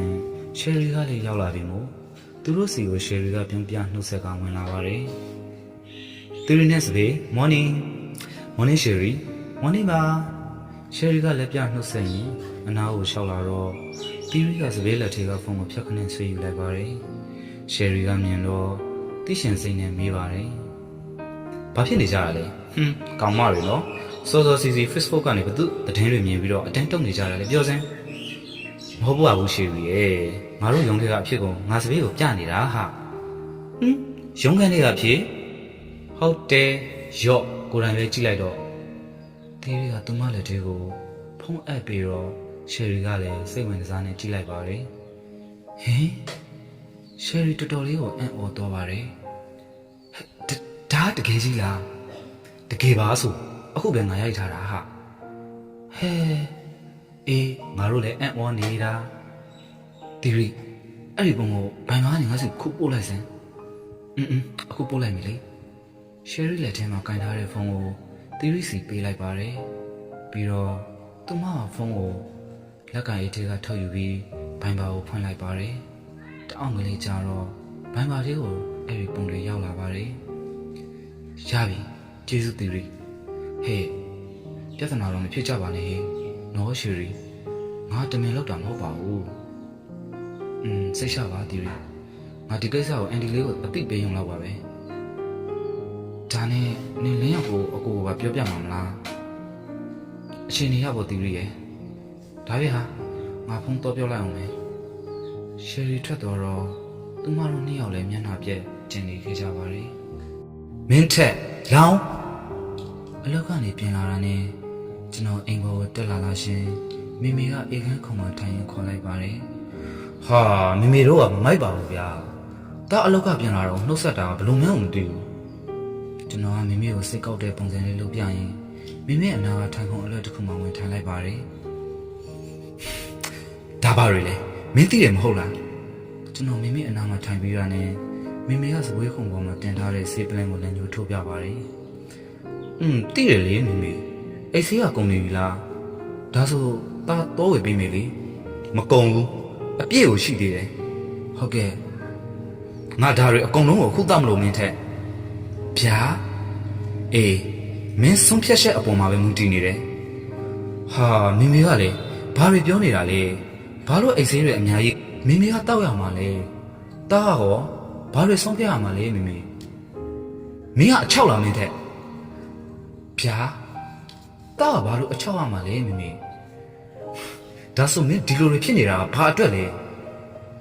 ကျွန်တော်မျက်လုံးတွေပြူးကျသွားပါတော့တယ်စပွဲခုံပေါ်မှာဟုံးစကရင်ဖွင့်ပြီးတန်လာတဲ့မိမိရဲ့ပိုင်ပါသေးကကျွန်တော်နဲ့အလင်းတို့ရဲ့ပုံဖြစ်နေပါတယ်မင်းဘာဆက်ခင်းနေတယ်ဆိုတာသိပြီမလားမိမိတာရှင်းပြပါရစေမင်းပါဆက်ကဘာရှင်းပြချက်မှမလို့ငါချက်လို့တေတော့မင်းထက်ငါမွေးထားတာတားယောက်ျားလေးအခုငါသားငါ့ကိုလူတော့မတော့အောင်လုပ်တယ်ဆိုတော့မင်းကဘလို့သားမျိုးလဲမင်းထက်မိမိမင်းကငါတစ်ချိန်လုံးယုံကြည်ခဲ့တာအမှားကြီးမှားနေပြီလားပြောငါမွေးထားတာတားယောက်ျားလေးချောက်မဟုတ်ဘူးမင်း80တုံးမလားနောက်ဆုံးမလားဒါကိုပဲပြောမင်းထက်မင်း80တုံးမယ်ဆိုရင်ငါတေလိုက်မယ်အေးနင်ငါအသက်ဆက်ရှင်နေတာကိုမြင်ချင်တော့နောက်ဆုံးမိမိလောကမှာရှိနေသူရဲ့ဘေးအရာကိုဆိုရှိလို့ရတာပဲလေနင့်စကားတွေအခုရှက်ရှက်ရဲ့နင်ကအချစ်အကြောင်းကိုနားလည်နေတာပေါ့ဒီတော့နင်ငါ့ကိုတေးစေချင်တာပေါ့ဟုတ်လားအေးနင်မနောက်မဆုံးရင်ငါမှရွေးစရာနဲ့တလန်းပဲရှိတော့တယ်နင်ထက်မိမိဒီလိုမလုပ်ပါနဲ့ဗျာလွတ်နင်ငါ့ကိုလွတ်စမ်းမိတော့တောင်းပန်ပါတယ်မိမိရဲ့မလုပ်ပါနဲ့တော့နောက်ဆုတ်ဆိုလေနောက်ဆုတ်ပါမယ်အေးကောင်းပြီလေဒါအခုလေသူနဲ့တွေ့ပြီလမ်းခွေးလိုက်ပါမယ်မိမိမလုပ်ပါနဲ့တော့နော်အေးကောင်းပြီငါအခုရှက်ရှက်ပဲဆုံးဖြတ်တာကိုလိုချင်တယ်မင်းထက်မိမိတောက်ရိုက်တယ်ဟုတ်တယ်ငါနေပါကိုစိတ်ရှိလက်ရှိကိုရိုက်တယ်လင်းရငါယုံကြည်မှုကိုနင်အလွဲသုံးစားလုပ်ခဲ့တယ်ငါ့ကိုလက်ညာလှည့်ဖြားပြီးတော့အယုံနဲ့နင်သွင်းခဲ့တယ်ငါမှာတော့ငါရဲ့သားလေးကိုတနာတယ်ငါသားလေးကမြစ်တာတွေအပြည့်အဝမရချတဲ့ကလေးညီကောင်မောင်နှမတွေရဲ့ရက်ဆက်ခြင်းကိုခံနေရတဲ့ငါသားလေးမို့အရာရာကိုယူနာတက်ရောက်ပြီးအချစ်တွေပို့ခဲ့ရတာနင်မို့လို့အခုလိုတွေနင်လုပ်ရတဲ့လင်းအောင်ကိုမိရဲ့တာဘာလုပ်နေလို့လဲဗျာအော်နင်ရဲ့လုပ်ရက်ကိုနင်မသိတာလားယင်ဘာလဲနင်ကငါ့ကိုထပ်ပြီးညာရှင်သေးတာလားဘာလို့မသိရင်ဆောင်နေရတာလဲဒါလောက်ဆိုရင်တော့နင်ညင်ကအဆင်မပြေတော့ဘူးနော်မိပြောနေတော့မှာပဲမာကြီးကသူ့ဘုံကိုဖွင့်ပြလာပါတယ်ဒီနေ့မနေ့ကအကူကျွန်တော်ကိုအားပေးနှစ်သိမ့်နေတဲ့ပုံတွေပြီးတော့အကူကျွန်တော်ကိုဖတ်ထားတဲ့ပုံအကူကျွန်တော်စပင်ကိုဖွပေးနေတဲ့ပုံအကူကျွန်တော်နဖူးပြင်ကိုနင်းနေတဲ့ပုံအားလုံးကိုမာကြီးဖုန်းထဲကနေကျွန်တော်ကိုပြလာပါတယ်ကျွန်တော်တော်တော်လေးကိုလန့်သွားပါတယ်ဒီတော့မိဘာကြောင့်ကျွန်တော်ကိုရိုက်တယ်ဆိုတာကျွန်တော်နားလည်ပြီဖြစ်ပါတယ်မင်းကွာကျွန်တော်ဖြစ်ပြသမျှကိုမြင်တင်နိုင်လောက်တဲ့အထိအင်းအော်နေစေမှာပဲကိုကြီးရဲ့လက်တံပြောင်းပြောင်းလာတဲ့လက်သီးတစ်ချက်ကြောင့်ကျွန်တော်ကျင်းပြန်ပေါ်မှာထိုင်ကျသွားပါတယ်မင်းဘာကိုညှင်းချင်သေးတာလဲမင်းကွာငါတို့တွေကိုတသက်လုံးဒုက္ခပေးလို့မကျင်းနေသေးလို့ငါတို့မျက်နှာတွေကိုလူပုံအလေးမှာမျက်နှာမပြရအောင်ထက်လို့တာလားမဟုတ်ပါဘူးကိုကြီးရဲ့ကိုကြီးပြောနေတယ်လို့ကျွန်တော်မလုပ်ပါဘူးကျွန်တော်သူ့ကိုတကယ်ချစ်တာပါဗျာဘာကွာမင်းမို့လို့မိသားစုရှင်းမှာအရှက်မရှိပြောထွက်သေးတယ်ကဲကွာဆက်ပြောင်းဆက်ရှိအောင်ကိုကြီးကကျမ်းပြင်ပေါ်မှာလေးကျနေတဲ့ကျွန်တော်ကိုအပေါ်ကနေခွာထိုင်ထားပြီးသူ့စိတ်ထဲရှိတဲ့အတိုင်းလက်သီးတွေကိုဆုပ်ရင်ကျွန်တော်မျက်နှာကိုအားရပါးရထိုးနှက်နေခဲ့ပါတယ်ကျွန်တော်ရဲ့သွေးတစ်ဆက်ဖြစ်နေခြင်းဟာကိုကြီးခန္ဓာကိုယ်ထဲမှာလေပတ်နေတဲ့သွေးဆက်ကလေးတွေနဲ့ဘာမှချားနှံ့နေခဲ့တာမဟုတ်ပါဘူးအချင်းတစ်ခုတွေကပေါက်ဖောလာတဲ့လူတွေဆိုတာကိုကြီးမြင်နေခဲ့ပြီထင်ပါတယ်ကျွန်တော်လွန်စွာနာကျင်နေပါပြီနာကျင်လွန်းလို့ပါစက်သေးကနေသွေးတွေတောင်ထွေးထုတ်ရတဲ့အထိဖြစ်နေပါပြီကိုကြီးကတော့ကျင်တဲ့နေတဲ့မြင်ဝင်းမျိုးကိုမတွေ့ပါဘူးကိုကြီးရဲ့မြင်ဝင်းကကျွန်တော်ကိုဝါစားရမယ့်အလားအလာရှိနေပါတယ်ကျွန်တော်မြင်ဝင်းမှာတော့နာကျင်လွန်းလို့မျက်ရည်တွေတောင်စွန့်နေနေပါပြီရံဖက်ထင်မှာတော့ကိုကြီးရဲ့မကျင်တဲ့မှုကိုကျွန်တော်ခန္ဓာကိုယ်နဲ့ပေးဆက်ခွင့်ရလို့ကျွန်တော်ပျော်နေတော့မယ်ဆိုတဲ့အချင်းနဲ့အပေါ်မှာအုံမိုးထားတဲ့ကိုကြီးရဲ့မြင်ဝင်းလေးတွေကိုကျွန်တော်ငေးကြည့်နေမိခဲ့ပါတယ်အရှိကိုအပြစ်တစ်ခုလိုပုံချကြလိုက်မယ်လို့ကျွန်တော်ဘယ်တော့မှလက်ခံမထားခဲ့ပါဘူးအခုကျွန်တော်ရဲ့အရှိကအစိတ်တောက်တွေဖြစ်နေပြီလားဒါပေမဲ့ ကျွန်တော်စကားတစ်ခွန်းတော့ပြောပြရစီဗျာလောကမှာလေကိုရှိတဲ့အရှိတဲ့တန်ဖိုးကြီးတာမျိုးကျွန်တော်ဘေးမှာမှရှာမတွေ့ခဲ့ပါဘူးကျွန်တော်အကိုကိုရှိတာအဲ့ဒီလိုမေတ္တာမျိုးနဲ့ကိုရှိတာပါကျွန်တော်အကိုကိုအားကိုးတယ်အကိုအရှိကိုကျွန်တော်မြင်လို့တယ်အကိုကိုကျွန်တော်ယုံကြည်တယ်အရာအလုံးကအကိုပေးတဲ့အားပေးမှုရဲ့မိမိပေးတဲ့မေတ္တာတွေကြောင့်ကျွန်တော်ရှင်သန်နေခဲ့ရတာပါကျွန်တော်ရဲ့ဘဝမှာခုံလုံးခွင်လေးပေးဖို့အတွက်ကျွန်တော်လူအများကြီးကိုတောင်းဆိုခဲ့မှုပါတယ်ကျွန်တော်အတနာလေးခံဖူးပြီးပါပြီသူမှကျွန်တော်ခံစားချက်ကိုနားမလည်ကြပါဘူးကျွန်တော်ခံစားချက်ကိုနားလည်ပေးတာအကိုပြီးတော့မိမိပါကျွန်တော်လွတ်မြောက်ခွင့်ပေးကြပါတော့ကျွန်တော်ဘယ်သူစီကမှမြစ်တာပဲဂယုဏတွေမလို့ရှင်တော့ပါဘူးကျွန်တော်အကုန်လုံးကိုတောင်းပန်ပါတယ်ကျွန်တော်ရံဖက်တစ်ခုလုံးနဲ့ပေးဆက်ခဲ့ရတယ်နာကျင်မှုတွေကြောင့်တေလူတယောက်တည်းတိတ်ပြီးမထူးခြားတော့ပါဘူးကျွန်တော်ကိုလွတ်လပ်ခွင့်လေးပေးသနာပါလို့လေကျွန်တော်ထပ်ပြီးတောင်းဆိုပြရစီဗျာတကယ်ဆိုကိုကြီးထိုးနှက်လိုက်တဲ့လက်သီးအရှင်ကတော်တော်လေးကိုပြင်းထန်နေပါတယ်မျက်နှာကိုထိုးလာဒီလောက်ထင်ရမပြင်းထန်နေနဲ့ရှင်ဘက်ပေါ်ကိုထိထားတာတော်တော်လေးကိုနာကျင်နေပြီဖြစ်ပါတယ်ဒါပေမဲ့ကျွန်တော်အတက်နိုင်ဆုံးဒီနေရာနဲ့လက်တက်ရက်နိုင်အောင်ကြိုးစားတယ်မနေ့ရုံးကန်ပြီးလက်တက်လေးရက်နိုင်သွားတာနဲ့ကျွန်တော်ခြေလမ်းတွေကကျွန်တော်အိတ်ခမ်းဘက်ကိုဥတည်လာခဲ့ပါတယ်ရဲကြည့်နေတဲ့မြန်ဝင်းတွေကတော့ဒီဟာကျွန်တော်ဘာမှပြစ်ဒဏ်ပြောဆိုတဲ့တွေစေရတဲ့တွေကိုကျွန်တော်မကြားတော့ပါဘူးကျွန်တော်တို့အားလုံးကိုကြော်ပြီးအိတ်ခမ်းလေးကိုဝင်လာခဲ့ပါတယ်ပြီးတော့ကျွန်တော်တစ်တာကိုဖွင့်ပြီးတော့တရှင်ကသူတို့အတွက်ရည်ရထားတဲ့ရည်ရချက်ကလေးအောင်မြင်သွားပြီမို့ကျွန်တော်အရန်ကိုပျော်ခဲ့ရပါတယ်ဗျာဒီအရှင်အကိုရှိမနေတော့ပါကျွန်တော်အိမ်ကနေစိတ်ပြေလက်ပြောက်ထွက်လာခဲ့ပါတယ်အိမ်ကလူတွေကတော့ကျွန်တော်အိမ်ပေါ်ကနေထွက်လာတာကိုကြည့်ပြီးဆေးဆိုတန်တွေနဲ့ကျင်းမောင်းကျင်ရခဲ့ကြပါတယ်9 နာရီကျော်ပြီလေဒီအရှင်အကိုရှိနေပါမလားအကိုမရှိတော့ပါဘူးလေကျွန်တော်အကိုနဲ့တွေ့နေဆုံနေကြနေရာလေးကိုထွက်လာခဲ့ပါတယ်ခြေလမ်းတွေကအသက်မပါပဲရှောင်လန်းလာခဲ့တာအကိုနဲ့တွေ့နေကြနေရာကိုရောက်လာခဲ့ပါပြီကျွန်တော်မျက်လုံးတွေကဝေဝါးစာအဝေးကိုကြည့်မိလိုက်ပါတယ်ညမင်းအောင်တွေထင်ထင်လန်းနေတဲ့မင်းနိုင်အောင်မှာအကိုတယောက်တည်းထိုင်နေပါတယ်ကျွန်တော်မြင်မြင်ချင်းကျွန်တော်ရဲ့ခြေလမ်းတွေကခက်တက်ကလေးပဲရှောင်လန်းလိုက်မိတယ်အကိုကကျွန်တော်နဲ့မြင်နေရှင်းဆိုင်ထိုင်နေတာမဟုတ်ပါဘူးအကိုကျွန်တော်ကိုကြောပြစ်ပြီးတော့ထိုင်နေတာပါကျွန်တော်ရောက်နေတာကိုအကိုလုံးဝမသိပါဘူးဒီတော့ကျွန်တော်အကိုအနာကိုကက်ပြီးတော့ကြောပြစ်ထိုင်နေတဲ့အကိုနောက်ကျောကိုကျွန်တော်အနောက်ကနေဖက်လိုက်ပါတယ်အကိုကျွန်တော်အကိုနောက်ကျောပြန်ကိုဖက်ပြီးကျွန်တော်ငိုလိုက်မိပါတယ်အကိုဘက်ကတုံ့ပြန်မှုကတောင်းလို့မနေခဲ့ပါဘူးအကိုငြိမ်နေပါတယ်အကိုကျွန်တော်တို့အကြောင်းကိုလေကျွန်တော်အကိုသိပြီပါပြီအလင်းအကိုအကုန်သိပြီပါပြီကျွန်တော်စကားမဆုံးခင်ပါပဲအကိုကျွန်တော်စကားကိုပိတ်ပြောလိုက်ပါတယ်အကိုအတန်မှထွေနေတာကိုကျွန်တော်တတိထားမိပါတယ်ဘေးကိုတစ်ချက်ကြည့်မိလိုက်တော့အကိုရဲ့နာမည်ကအရက်ပလန်ရှိနေတာကိုကျွန်တော်မြင်ပါတယ်အကိုအရက်တွေတောက်ထားတာဖြစ်ပါလိမ့်မယ်ထင်ပါတယ်အလင်းအ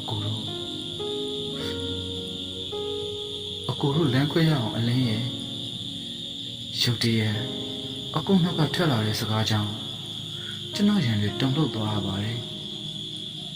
ကျွန်တော်အကိုနောက်ကျောပြန်မှာမျက်နှာအပ်ပြီးငိုနေတာကအကိုစကားကြောင့်ကျွန်တော်ရဲ့ငိုဆိုင်တန်တွေခဏတိတ်ဆိတ်သွားပါတယ်ဒါတွေကိုအကိုတစ်ချက်ကလေးမှကျွန်တော်အကိုဂယုမဆိုင်ပဲအကိုကျွန်တော်ကိုကြောပြစ်ထိုင်ထားစေပဲဖြစ်ပါတယ်အကိုရဲ့စကားကိုပြောနေစေပဲဖြစ်ပါတယ်ဟုတ်တယ်အလင်းအကိုဒီလိုလုပ်လိုက်တာအများကောင်းဖို့အတွက်ပါမတူညီတဲ့အကိုတို့ရဲ့ရှင်းရှင်းတွေက ဘယ်လိုလူရဝင်ပါမလဲအကိုလေးအကိုအလင်းကိုတိတ်ချစ်တယ်ဒါပေမဲ့အရှိတစ်ခုတည်းနဲ့ဘဝကိုကြော်ဖြတ်လို့မရဘူးဆိုတာအကိုသိလိုက်ရပါပြီအလင်းရဲ့ခိုးလုံစရာနေရာလေးတစ်ခုတော့မရနိုင်တဲ့အကိုတို့လိုတဲ့အတွက်အခုအရှင်ကလူတော်မတိုးတာမဆန်းပါဘူးအလင်းစာနာမှုတွေမရှိသမျှတော့အခုလိုလမ်းခွဲရတာမဆန်းပါဘူးလူတော်မတိုးနိုင်သေးတဲ့အကိုတို့ဘဝအတွက်ရန်ခွဲတာထက်လွေးဘာမှမတတ်နိုင်ပါဘူးအလင်းရဲ့ဒါကြောင့်ရှစ်လျက်နဲ့ဝေးရတဲ့အကိုတို့အချစ်တွေခုံလုံးခွင့်တွေပေးသနာနိုင်တဲ့တနေ့စာနာမှုတွေထားနိုင်ကြတဲ့တနေ့ဥပ္ပခအမုန်းတရားတွေကိုဖြောက်ပြနိုင်ကြတဲ့တနေ့အကိုတို့ပြန်ဆောင်ကြရအောင်နော်အကိုနားလေပေးပါလေနားလေပေးပါအကိုပြောသမျှကိုကျွန်တော်ညီပြီးနားထောင်နေမိပါတယ်ရှင်ထဲမှာလည်းအကိုပြောနေတဲ့စကားလုံးတိုင်းကကျွန်တော်ကိုယ်တိုင်အစိတ်တွေကိုတောက်တုံးနေရတယ်လို့တော်တော်လေးကိုခါသက်နေခဲ့ပါတယ်ကျွန်တော်ငိုပါတယ်အကိုကျွန်တော်ကိုဥပိ္ပခစကားတွေပြောပြီးလှစ်ထွက်သွားပါတယ်ကျွန်တော်အကိုရဲ့နောက်ကျောပြန်လေးကိုကြည့်ပြီးရှုံးပွေးရှာကိုငိုလိုက်ပါတော့လေအကိုကတော့ကျွန်တော်ကိုနင်းနေကလေးမှတော့လေပြန်ပြီးတော့လှည့်မကြည့်ရအခုရှည်လန်းတွေကကျွန်တော်နဲ့အဝေးဆောင်ကိုထွက်သွားနေပါပြီအကိုကျွန်တော်ဘသူ့ကိုအားကိုးရတော့မလို့ဗျာကျွန်တော်အားပေးကူညီပေးပါမယ်ကျွန်တော်ရဲ့အနာမရှိကြတော့ဘူးလားကျွန်တော်ကအားလုံးရပြစ်ပယ်ခံနေရတဲ့လူတစ်ယောက်ဖြစ်နေပြီလားအကိုရဲ့ကျွန်တော်အရင်ကြောက်တယ်ကျွန်တော်ဘာဆက်လုပ်ရမလဲဗျာသူကကျွန်တော်ခိုးလုံးခွင့်နေမပေးချင်ကြတော့ဘူးလားကျွန်တော်ဘယ်လိုလုပ်ပြီးရှင်းတန်ရအောင်ပါလဲဗျာကျွန်တော်ဒီလူတွေဒီပတ်ဝန်းကျင်တွေကိုဆက်ပြီးတော့ပတ်သက်နေရအောင်မအရင်ကြောက်လာပြီဗျာကျွန်တော်ဘယ်လိုမှရင်မဆိုင်ရတော့ပါဘူးအကိုထတော့ကျွန်တော်ရဲ့စိတ်ခံစားချက်တို့လုံးဝထိန်ရှုပ်လို့မရတော့ပါဘူးကျွန်တော်ရှုံးပွဲရှာမွေနေမိပြီဖြစ်ပါတယ်အကိုထတော့ပြီးတဲ့နောက်မှာကျွန်တော်ရဲ့ငိုရှိုက်တဲ့အတန်တွေကလုံးဝကိုချောက်ကပ်လာပါတယ်အကိုရေလို့ကျွန်တော်တို့ကအာပါတီယာလေးခေါ်လိုက်ရှင်မှာတော့အကိုကကျွန်တော်အရှိကနေလုံးဝကွေပြောက်သွားပြီဖြစ်ပါတယ်အကိုအလင်းကိုဒီလိုလောက်တာတရားပါရဲ့လားအလင်းရဲ့အလင်းအကိုမရှိရင်ဘယ်လိုနေမလဲအကိုမရှိပဲအလင်းအသက်မရှင်နိုင်ဘူးဆိုတာအကိုသိတယ်အလင်းရဲ့အကိုတိတ်ရှစ်တယ်ကွာကျွန်တော်ရဲ့ခြေလမ်းတွေကဒီအတိုင်းပဲရှက်သွားပါတယ်တစ်ဆက်တည်းမှာပဲကျွန်တော်အလင်းကိုပြောခဲ့တဲ့စကားကိုပြန်စဉ်းစားဖြစ်ပါတယ်ကျွန်တော်ကအမေရဲ့ဖိအားပေးမှုကြောင့်သာအလင်းကိုဖြတ်ခဲ့တာလေမဟုတ်လားအလင်းကိုကျွန်တော်နည်းနည်းလေးမှစိတ်မချနိုင်ခဲ့ပါဘူးအလင်းကအားနေသူဖြစ်ပါတယ်အလင်းကကျွန်တော်ကိုအရာအားလုံးအတွက်အားကိုးသူလေကျွန်တော်မရှိရင်အလင်းအဆင်မပြေနိုင်ဘူးဆိုတာအခုပို့ပြီးနားလည်လာပါတယ်ဒီတော့ကျွန်တော်ခြေလမ်းတွေဘလို့မှရှစ်ဆက်လို့မဖြစ်တော့ဘူးဆိုတာကျွန်တော်နားလည်လာတယ်ခြေလမ်းတွေကိုနောက်ပြန်လှည့်ပြီးအလန်းမူပြီးကျန်နေခဲ့တဲ့နေရာကိုကျွန်တော်အပြေးလေးပြန်သွားလိုက်ပါတယ်နေရာကိုရောက်ချင်းကျွန်တော်အလန်းကိုလိုက်ရှာမိပါတယ်အလန်းကရှိမနေတော့ပါဘူးကျွန်တော်တော်တော်လေးကိုစိတ်ပူသွားပါတယ်ဒီတော့ဒီနေရာမှာသူရှိနေနိုင်တဲ့နေရာကိုလိုက်ရှာကြည့်ပြီးမယ်အလင်းကဒီနေရာမှာရှိနေတော့တာမို့ ကျွန်တော်ရဲ့စိုးရင်စိတ်ကလုံးဝကိုအတော်မတန်နိုင်အောင်ဖြစ်ခဲ့ရပါလေဒါပေမဲ့ကျွန်တော်ဒီနေရာမှာထိုင်ပြီးဝီစကီတစ်ပိုင်းလုံးကိုကုန်းအောင်တောက်ပစ်ခဲ့တာပဲဖြစ်ပါတယ်ပလန်ရှိတဲ့နေရာကိုကြည့်ပြီးတော့ကျွန်တော်တောက်ပြီးရှာထားခဲ့တဲ့ပလန်ကအလုံးထည်အတိုင်းရှိမနေပါအကုန်လုံးကကြွေမွနေပါတယ်ပြီးတော့တချို့သောအရာတွေကအမှုကြိတ်ထားရင်လည်းတူပါတယ်အဲ့နေရာပါပဲသွေးဆက်ကလေးတွေစမ်းထင်းနေတာကိုကျွန်တော်မြင်မိပါတယ်ကျွန်တော်စိတ်ထဲတဖြည်းဖြည်းတုန်လှုပ်ခြောက်ခြားလာပါတယ်အလင်းသာတစ်ခုခုဖြစ်တော့ရင်ဆိုတဲ့စိုးရင်စိတ်ကတော်တော်လေးကိုပြင်းပြလာပါတယ်ဒီတော့အလင်းရှိနေနိုင်တဲ့အလင်းရဲ့အိမ်ကိုကျွန်တော်ပြေးပါတော့တယ်ရှင်ထဲမှာလည်းအလင်းကိုစိတ်ပူရင်ဖြစ်နေမိလာတော့တယ်မိမေဖေကိုကြီးနဲ့မကြီးရဲ့တားအိမ်ပြန်လာတာကိုဝမ်းသာအားရလေးနဲ့တခါတော့ကြိုပေးကြပါလားဗျာတားလေအဲ့ဒီလိုကြိုဆိုတဲ့ခန်းစားချက်ကလေးကိုတခါတော့ပဲခန်းစားကြည့်ကြလို့ပါအိမ်ပေါ်ကိုတက်တက်ရှင်အိမ်ခန်းမှာရှိနေကြတဲ့လူတွေကိုမြင်လာနဲ့ကျွန်တော်ကကြိုပြီးနှုတ်ဆက်တာကျွန်တော်ဝန်ဖန်တပါလေးနဲ့စီးကြိုခွင့်ကလေးကိုကျွန်တော်မျက်နှာပြောင်တိုက်ပြီးတောင်းဆိုမိခဲ့ရပါတယ်ရလာတဲ့တုံးပြန်ချက်ကတော့တချို့ကမျက်နှာကိုမေးပြပြီးတစ်ဖက်ကိုတမန်ပဲလှည့်ထားပါတယ်တချို့ကြပြန်တော့ကျွန်တော်မျက်နှာကိုစစ်စစ်ကြည့်ပြီးတော့စစ်တက်လောက်တော်ပြီးဆူတောင်းကြလားအရှက်မရှိပဲဟိုမျက်နှာပြောင်ကိုလာတိုက်နေသေးတယ်ဖေကတော့မျက်စောင်းထုတ်ပြီးကြည့်နေပါတယ်တအိမ်လုံးကပုံစံအမျိုးမျိုးနဲ့ညနေသားတွေကကျွန်တော်ကိုစီးကြုံနေတာနဲ့ကျွန်တော်မှတမန်ပဲပြုံးပြထားပြီးကျွန်တော်ရဲ့အိတ်ခမ်းဘက်ကိုကျွန်တော်တစ်ချက်ဝင်တော့လိုက်ပါတယ်အိတ်ခမ်းတွေကတစ်တာပေါ်မှာတင်ထားတဲ့ပစ္စည်းတွေကိုကျွန်တော်ယူခဲ့ပြီးကျွန်တော်အိတ်ခမ်းဘက်ကိုပြန်ထွက်လာခဲ့ပါတယ်ပြီးတော့ကျွန်တော်လက်ထဲမှာပါလာတဲ့ဘူးလေးတွေနဲ့တည်တည်တက်တက်သိမ်းဆည်းထားတဲ့ပစ္စည်းလေးတွေကိုဖေနဲ့မိမိတို့ထိုင်နေကြတဲ့အထက်ကအိတ်ခမ်းစပွဲခုံမှာကျွန်တော်တင်လိုက်ပါတယ်ပြီးတော့မိမိရဲ့မျက်နှာကိုကြည့်ပြီးကျွန်တော်တစ်ချက်ပြုံးပြတော့အကြည့်ချင်းတစ်ချက်ဆုံသွားတဲ့မိမိရဲ့မျက်လုံးတစ်စုံကတစ်ဖက်ကိုဖြတ်ခနဲ့အကြည့်လွှဲသွားပါတယ်ဖေနဲ့ကိုကြီးမာကြီးတို့ကတော့ကျွန်တော်လုံးနေတာကိုစိတ်ဝင်စားလေးနဲ့ကြည့်နေကြပါတယ်မိတားလေမိအတွက်ငကက်လေးတင်ရလောက်ထားတာကြပြီမိနားမှာငကက်မပင်ရတော့ဘယ်လောက်ကြာပြီလဲဒါကြောင့်တာမိတို့မသိအောင်တိတ်ကလေးလောက်ထားတာမိဒီငကက်ကလေးကိုပန်ပါနော်ဘူးဖုံးဖုံးပြီးဘူးခွန်တင်မှာလှပတင်းတိမ်စွာရှိနေတဲ့အနီအောင်ကြောက်ကလေးတွေစီထားတဲ့ငကက်ကလေးကိုထုတ်ယူပြီးမိနားမှာကျွန်တော်ကိုယ်တိုင်ပဲပန်ဖို့ကြိုးစားလိုက်ပါတယ်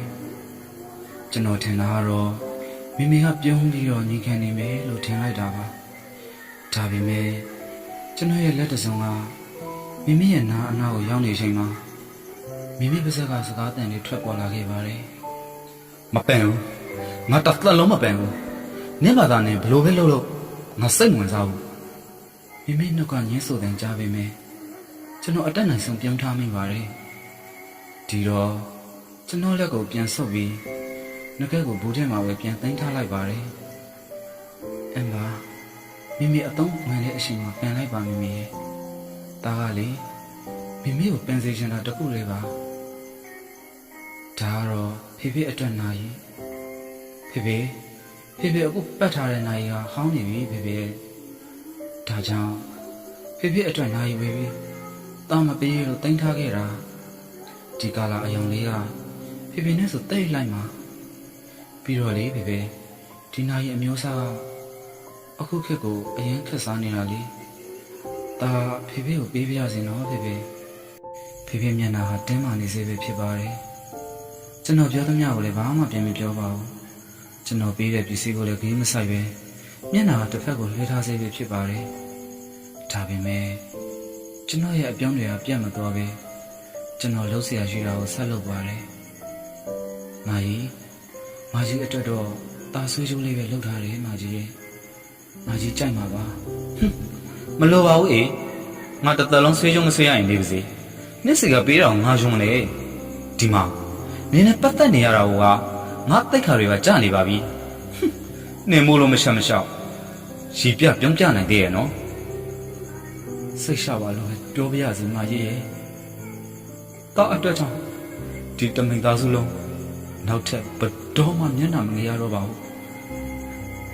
ဒီနေ့ဒီအချိန်ကသားနဲ့ပတ်သက်တဲ့တိတ်ခါကြမှုမှာမာကြီးတို့အတွက်နောက်ဆုံးပဲဖြစ်နေမှာပါဒါပေမဲ့မာကြီးလိုအပ်တဲ့အချိန်ကျရင်သားပေးတဲ့ဒီဆွေးကြိုးကိုဝက်ဆန်ပါမာကြီးရဲ့နော်မာကြီးနော်ကိုကြီးအတွက်ကတော့ညီလေးဆိုင်ကေကိုအရေးချစနစ်နဲ့ဝေထားတာဒီကပဲပတ်စံဆက်ရတာပြီးပြတ်တယ်ကိုကြီးဆိုင်ကေကိုတော့ညီလေးမယူရသေးဘူးဒီထဲမှာရေးထားတဲ့ဆိုင်လိပ်စာအတိုင်းတောယူရင်ရပါတယ်ဝေထားတာလေကိုကြီးနာမည်နဲ့ပဲနော်ကျွန်တော်ပစ္စည်းတွေကိုစပွဲပေါ်မှာဒီအတိုင်းရှာထားလိုက်ပါတယ်ပြီးတော့ဖေဖေနဲ့မိမိမျက်နှာကိုတစ်ချက်ကြည့်လိုက်ပါတယ်ကျွန်တော်တစ်ချက်ပြုံးပြီးဒီနေရာမှာပဲဒူးခွေပြီးထိုင်ချလိုက်ပါတယ်ပြီးတော့ကျွန်တော်လည်းအုပ်ရှိလိုက်တယ်စကားပြောတော့မြုံဝင်းတွေကကျွန်တော်ဘက်ကိုလှည့်ကြည့်လာကြပါတယ်အခုမလို့ဆိုပေမဲ့လိုအပ်တဲ့အရှင်တစ်ခုတော့ရှိလာမှာပါဒီပစ္စည်းတွေကတားလောအားခါနဲ့စုပြီးဝေပေးတာမို့တားရဲ့စေတနာလေးကိုတော့လက်ခံကြပါလို့တားတောင်းတယ်ပြီးပြောပြရစီဗျာဖေမေမာယီကိုကြီးအားလုံးကိုတားကြောပြရစီဗျာကျွန်တော်အမားတွေရှိရင်ခွင့်လွှတ်ပေးကြပါအမုန်းလည်းရှိနေတယ်ကြည်ပေးကြပါဗျာတောင်းခွင့်လွှတ်ပေးကြပါကျွန်တော်အတန်တွေကဝင်နေတဲ့အတန်ဖြစ်လာပါတယ်လက်အုပ်ကလေးရှိထားပြီးကျွန်တော်တောင်းဆိုနေရတော့သူတို့ရဲ့အကြည့်တွေကမုံလားနေရာကိုပြန်ပြီးရောက်ရှိသွားကြပါတယ်ခွင့်လွှတ်ပါတယ်ဆိုတဲ့စကားလေးတစ်ခွန်းလောက်ကိုကြားဖို့ကျွန်တော်မျှော်လင့်မိပါတယ်ကျွန်တော်ရဲ့မျှော်လင့်တဲ့မှာမျက်ရည်တွေကပိတ်ဆို့လာတယ်ကျွန်တော်ရင်တွေတုန်လှုပ်လာတယ်တစ်ဆက်တည်းမှာပဲကျွန်တော်ရဲ့ဝမ်းတွေကကြိုက်ခဲလာပါတယ်ဒါပေမဲ့ကျွန်တော်အားတင်းပြီးဖေဖေနဲ့မိမိကိုဥရှောက်ကြောနိုင်အောင်ကြိုးစားတယ်ဖေဖေနဲ့မိမိရဲ့မျက်နှာတစ်ဖက်ကိုလွှဲထားစေပါပထမတစ်ချိန်ဥရှောက်ရုံးမှာပဲကျွန်တော်အမြင်တွေကဝေဝါးလာပြီပဲဖြစ်ပါတယ်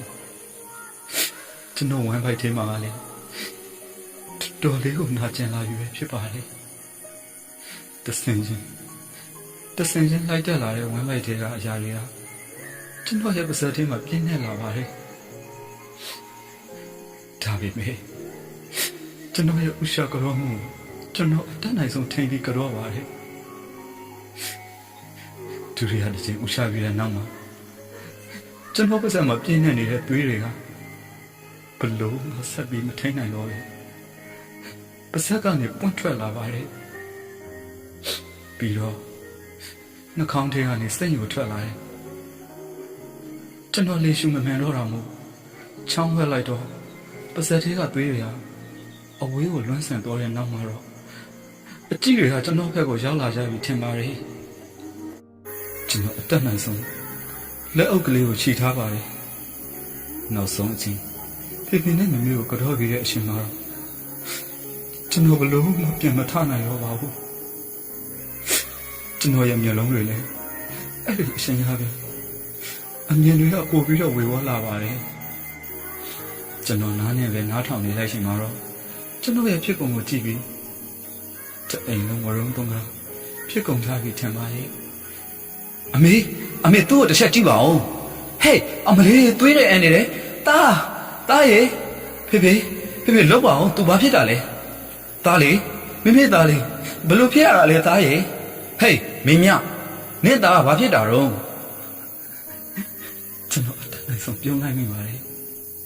သူတွေတပွက်ပွက်အန်ထွက်နေတဲ့ကြား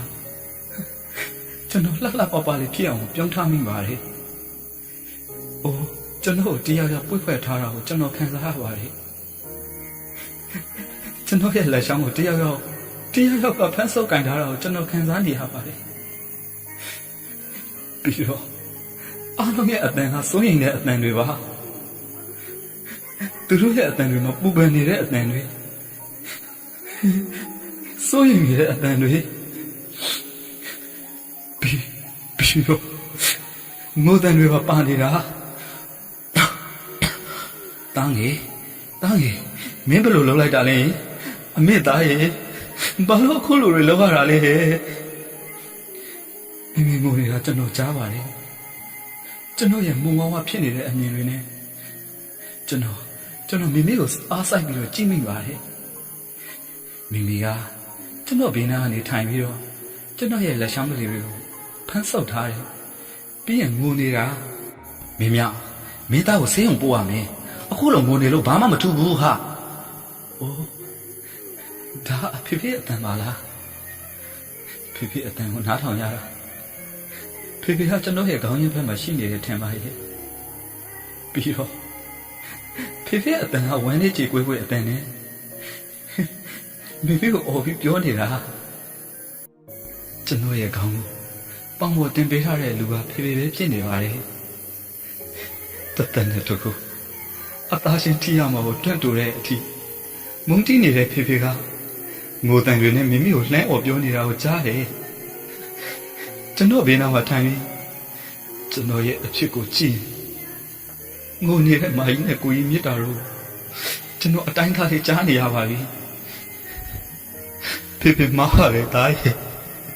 ဖေမားပါလေကွာဖေရဲ့အမားကိုဖေသိပါပြီတားရဲ့လူတယောက်ရဲ့တန်ဖိုးရှိနေချိန်မှာမမြင်ပဲအပြစ်ပဲပုံနေမိတယ်ဖေအမားဖေသိပါပြီတားရဲ့ဒီလိုဖြစ်နေမယ်တည်းမိသားကိုမရိုက်ပါဘူးသားရဲ့မိရိုက်လို့မိသားလေးအခုလိုလုပ်လိုက်တာလားသားမိကိုသာအသေးတက်လိုက်ပါတော့အမလေးသွေးတွေထွက်လာပြီဖေးသားပါဇက်ကသွေးတွေထွက်နေတယ်ကျမမကြည့်ရဘူးအမေသားလေးရဲ့မိမကြည့်ရဘူးသားရဲ့မိမကြည့်ရဘူးကျွန်တော်မိလက်ကိုဖမ်းဆုပ်ထားပါတယ်ပြီးတော့မိမိရဲ့ပါးပြင်ကိုကျွန်တော်လက်နဲ့ဆန်းပြီးတော့ညရွယ်တွေကိုကျွန်တော်ဖေတုပ်ပေးနေမိပါတယ်ပြီးတော့အကုန်လုံးဝင်နေကြတဲ့အထက်မှာကျွန်တော်ရဲ့စကားတန်ကိုအပီပြန်ဆုံးထွက်ကြအောင်ကျွန်တော်ကြိုးစားလိုက်ပါတယ်တာလီဒီတဲ့ကိုပြောရတယ်တာကိုအားလုံးချစ်ပေးကြလို့တဲ့ကိုပြောရတယ်ညာကိုကြီးကိုခွန့်ထွက်ပါညီလေးရကိုကြီးလေညီလေးအပေါ်မှာအပြင်းကြည့်ခဲ့တာတွေတွေ့ကိုကြီးတောင်းမှန်ပါတယ်ညီလေးကိုကြီးတောင်းမှန်ပါတယ်ကိုကြီးကိုကျွန်တော်ခွန့်ထွက်ကြခေါင်းကြီးပြမိပါလေပြီးတော့အတက်နိုင်ဆုံးပြုံးပြမိတယ်ကျွန်တော်ဘေးနားမှာရှိနေတဲ့မာကြီးလက်ကိုကျွန်တော်ဖမ်းဆုပ်ပြီးကျွန်တော်ရဲ့ရင်ဘက်ပေါ်မှာတင်ထားလိုက်တယ်ဒီတစ်ခါမာကြီးရဲ့ငိုချိုက်တန်ကပိုပြီးထင်ရှားလာပါတယ်မာကြီးကိုခွလို့ပါပေါ့လေမာကြီးဒီလိုဖြစ်လာလိမ့်မယ်လို့မထင်ထားဘူးလားမာကြီးကိုခွလို့ပါမာကြီးဘယ်လိုဖြစ်သိရမလဲမောင်လေးရဲ့ဟင်မာကြီးဘယ်လိုဖြစ်သိရမလဲတသက်မှာတစ်ခါမှမကြောက်ဘူးလေဖေနောက်ကနှစ်ကခေါ်လိုက်တယ်တားဆိုတဲ့စကားကိုကျွန်တော်တဲ့ကိုခုံငယ်နေမိပါတယ်စကားပြောတိုင်းအမြဲတမ်းစူပူကျင်းပေါက်နေတဲ့မာကြီးနဲ့ကိုကြီးတို့နှုတ်ကလည်းမောင်လေးညီလေးတဲ့လေကျွန်တော်တိတ်ကိုပြောပါတယ်ဒီလိုပြောရွှင်မှုတွေကိုသာအစိုးရကလေးကရနိုင်မယ်တည်ကျွန်တော်ဒီလူလောကရဲ့ကနေဒီတက်ဆိုပြီးထွက်ခေါ်သွားမှာဖြစ်ပါတယ်အိုးတိတ်ကိုရှုံးမိပါလားတတလုံးမတီးခြင်းဆိုတဲ့ပြောပြန်ကိုစားတောင်းလာရတယ်ကျွန်တော်ရဲ့ခံစားချက်ကအမုန်းအသီးလေးတွေကိုတဖန်ရှုံမြင်တဲ့စားတော်ဝေတစ်ခုဖြစ်ဖန်တီးပေးလာတော့ကျွန်တော်ကြည်ကြည်နဲ့ကြည်စားတော့ခွင့်ရလာပြီပဲဒီတော့သူတို့တွေကကိုလုံးခွင့်တွေပေးနေကြပြီပဲဒါပေမဲ့အလားကောင်းပေမဲ့အခါနှောင်း ဆိုတဲ့ဆိုရိုးစကားအတိုင်းအမေရဲ့အိမ်ဖြူနန်းတော်ကြီးထဲမှာကျွန်တော်ရဲ့အေးချမ်းလာတဲ့မြတ်တာအရေးတစ်ခုကိတ္တငင်းချင်းခွင့်ရလို့ကျွန်တော်တိတ်ကိုပြောရင်တလောကလုံးကိုကျွန်တော်လက်မထောင်ပြနိုင်ခဲ့ပြီထင်ပါရဲ့ဒါဖေးရဲ့လောပါဦးဖေးထောင်းလောပါညီလေးရဲ့ညီလေးမောင်လေးပြေးဝင်လာနေတဲ့ခြေလင်းကဒီအတိုင်းတုံ့ဆန်ရက်သွားပါလေတလန်းလုံးဆူတောင်းလာခဲ့တဲ့ဆူတောင်းစကားကကျွန်တော်အတွက်တကယ်မဖြစ်တော့ဘူးကျွန်တော်စိတ်တွေပိုပြီးတုန်လှုပ်လာမိပါတယ်ကျွန်တော်အိမ်ပေါ်ကိုအသက်မီးတဲ့ရုပ်တရက်နဲ့တက်လန်းလာမိတယ်အေကကျန်းပြန်တစ်ခုလုံးသွေးတွေပြည့်နှက်နေတာကိုကျွန်တော်မြင်ပါတယ်ပြီးတော့အလင်းကသူ့အဖေပေါင်းပေါ်မှာဒီအတိုင်းမျက်လုံးလေးမိတ်ပြီးရှိနေတယ်အလင်းရဲ့ပါးစပ်မှာသွေးတွေရေရေတောက်ပြီးပေးချင်နေတယ်ကျွန်တော်ခြေတွေကစောက်တရားများတဲ့အထီကိုဖြစ်လာပါတယ်ဒီတော့ကျွန်တော်ရင်းနေတဲ့ကျန်းခင်းပြမှာကျွန်တော်ခြေပြက်လက်ပြက်ကိုထိုင်ချလိုက်ပါတယ်သူတို့တွေကတော့အပူမီးတွေကြောင့်ပဲထင်ပါရဲ့ကျွန်တော်ရောက်နေတာကိုနေနေလေးမှသိရှိကုန်မပေါ်ပါဘူးသူတို့ကအလင်းဘေးနားမှာထိုင်ပြီးအလင်းရဲ့ခန္ဓာကိုယ်လှုပ်လို့ပြီးအလင်းကိုအော်ခေါ်နေကြတာဒါကိုအိတ်နေတဲ့အလင်းကနည်းနည်းလေးမှဝေးမဆိုင်ပါဘူးအလင်းနည်းနည်းလေးမှဝေးမဆိုင်ပဲသူကဒီအတိုင်းပဲအိတ်နေတာကျွန်တော်အလင်းကိုကြည့်ပြီးတော့ပြောင်းလိုက်ပါတယ်ပြီးတော့စီစံသွားတဲ့ကျွန်တော်မျက်ရည်ကိုလေကျွန်တော်လက်နဲ့ပဲဖေရှားလိုက်ပါတယ်အလင်းကိုစစ်စစ်ပါပါကျွန်တော်ကြည့်တယ်အလင်းမင်းတိတ်တော်တယ်အလင်းကျွန်တော်အနာကိုလာရက်ပြီးကျွန်တော်ကိုပြုံးပြနေပါတယ်ကျွန်တော်လည်းအလင်းကိုပြန်ပြုံးပြထားလိုက်ပါတယ်အကိုကျွန်တော်တို့တော့ချရအောင်ကျွန်တော်ခေါင်းထဲပြလိုက်တော့အလင်းကကျွန်တော်ရဲ့လက်ပေါ်ကိုဆုပ်ကန်ပြီးလှစ်ထွက်သွားနေလို့ပါတယ်ကျွန်တော်လည်းအလင်းရဲ့လက်ပေါ်လေးကိုချစ်ချစ်ပေါအောင်ဆုပ်ကန်ထားလိုက်ပါတယ်ပြီးတော့နှစ်ယောက်သားအိမ်ထဲကနေအပြင်ကိုထွက်လာခဲ့ကြပါတယ်အကိုပြောလေအလင်းကျွန်တော်တို့ဘယ်တော့မှမခွေးချင်းတော့ကျွန်တော်တို့ကိုလက်ခံနိုင်ဖို့အတွက်ကျွန်တော်တို့တောင်းဆိုနေစရာမလိုတော့ဘူးလို့ထင်ပါတယ်နော်အကိုဒါပေါ့အလင်းရေလောကကြီးကตายရလိုက်တာအကိုရေဒါဆိုအကိုတို့ဒီမှာထိုင်ပြီးကောင်းကင်ကြီးကိုမိုးကြည့်ကြရအောင်နော်အလင်းမြင်လားထိန်းထိန်းသားနေတဲ့လာမင်းကြီးအနားမှာခြေကလေးတွေဝန်းရင်ထားတာလေမြင်နေရဲ့ကိုရေအဲ့ဒီခြေတွေထဲမှာအလင်းနဲ့အကိုတို့ပါတယ်ကွာဘာလို့လဲအကိုခြေရေးဆိုတာကလူတွေရဲ့အသက်ဝိညာဉ်တစ်ခုပဲတဲ့အဲ့ဒါကြောင့်လူတစ်ယောက်သေဆုံးပြီးရင်ကောင်းကင်ဘုံမှာခြေတပွင့်ကြွေးကြတတ်တယ်တဲ့အဲ့ဒီလိုကြွေးကြတာကိုမြင်တိုင်းဆူတောင်းပြီးရင်လေကြွေးလန့်သွားတဲ့လူတွေကဝိညာဉ်အဖြစ်ကိုကူပြောင်းပြီးဆူတောင်းနေတဲ့လူတွေကိုမြင်ဆူပေးတတ်တယ်တဲ့အဲ့ဒါကြောင့်လူကြီးတွေပြောပြခဲ့တဲ့အတိုင်းအလင်းနဲ့အကူကကြွေတိုင်းဆူတောင်းခဲ့ကြတော့ဆူတောင်းပြေးခဲ့တာပေါ့အလင်းရဲ့ဟုတ်တယ်နော်အကိုကျွန်တော်တို့ဆူတောင်းပြေးပြီဒါပေါ့အလင်းရအရင်ချစ်တယ်ကိုရဲ့ကိုလည်းအရင်ချစ်ပါတယ်အလင်းရဲ့အကိုနဲ့ကျွန်တော်ကတော့အေးရှမ်းနေတဲ့ဒီညလေးမှာအကိုနဲ့ကျွန်တော်တွေ့နေကြနေရလေးမှာအတူတူရှိနေကြပြီလေညမ်းကလေးကိုခင်ရင်ကျွန်တော်ကအကိုပခုံးပေါ်မှာခေါင်းမိထားတယ်အကိုပြောပြနေတဲ့ကြွေဆန်လန်းကလေးကိုနားထောင်နေရင်ပေါ့အကိုကလည်းကျွန်တော်ကိုမပြင်းပြင်းနဲ့ကိုပြောပြနေတာလေခုနကတော့အေးဒီလမ်းမှာပဲသိလားကောင်လေးတယောက်လမ်းဖြတ်ကူတာအဲ့ဒါကိုဟေးကားကအရှင်ပြင်းပြင်းနဲ့မောင်းလာတာလမ်းဖြတ်ကူတဲ့ကောင်လေးကိုဟေးတဟုန်ထိုးတိုက်ချလိုက်တာကောင်လေးကပွေရှင်ပြီးပဲသိလားအေးအခုခေတ်လူတွေကလည်းနော်စီးဆိုတာလည်းမရှိတော့ဘူးအကြောင်းနဲ့ဆိုတာလည်းမရှိကြတော့ပါဘူးအေး ဖြစ်လိုက်ရင်လေအဖြစ်ခင်ရတဲ့သူကပဲနစ်နာတာအေးဟဲ့ကောင်လေးကငငယ်ချောချောလေးပဲရှိသေးတာသူ့ရဲ့မိဖတွေများဘလောက်တောင်ပူဆဲတော့ကရောက်လိုက်မလဲမသိပါဘူးအေးအသက်ပိုင်းက40ဝန်းကျင်လောက်ရှိတဲ့အတော်ကြီးနှစ်ယောက်ပြောတော့တဲ့စကားကိုကျွန်တော်နဲ့အကူကတိတိကျကျလေးကိုကြားလိုက်ပါတယ်အတော်ကြီးပြောတော့တဲ့စကားကိုနားထောင်ပြီးကျွန်တော်အကူကိုကြည့်လိုက်မိပါတယ်အကူကကျွန်တော်ကိုပြန်ကြည့်ပြီးမျက်နှာကိုပြုံးပြထားတယ်အကူရဲ့မျက်လုံးတစ်ဖက်ဖြတ်ခနဲ့မိတ်ပြလိုက်တော့ကျွန်တော်ပြုံးမိပါတယ်အကူကကျွန်တော်ကိုပွေးဖက်ထားတယ်ကျွန်တော်လည်းအကူရင်ခွင်ထဲမှာခိုလုံရင်းအကူရဲ့ရင်ခုန်ပန်ကိုနားထောင်နေမိတယ်ပြီးတော့အကူလည်းညှို့ညွန့်ပြနေတယ်ကောင်းငင်ကြီးကိုလည်းမောကြည့်နေမိတာပေါ့တကယ်ဆိုရင်လူဘဝလူပေါင်းတွေကိုရှောက်တုံးခဏအပူကမငြိမ်မိများတိုးလောင်စေတာမိတ်ဆွေတို့အတွက်ဘာထူးနေပါလိမ့်မယ်ရှိဖန်ခဏမှာစိတ်နှလုံးကိုဖြူဖြူလေးနဲ့လောကကြီးကိုလှလှပပလေးရှိသားခွင့်ရခဲ့မယ်ဆိုရင်ကျွန်တော်တို့ရဲ့အပူမင်းကဘယ်ရှိနိုင်ပါမလဲမိတ်ဆွေလည်းပဲမိတ်ဆွေကိုမိတ်ဆွေမလောင်ကျွမ်းဘူးဆိုတာသိချနေပြီလား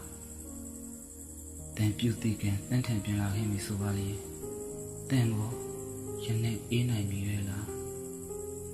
ရှင်းရှင်းများစွာဖြင့်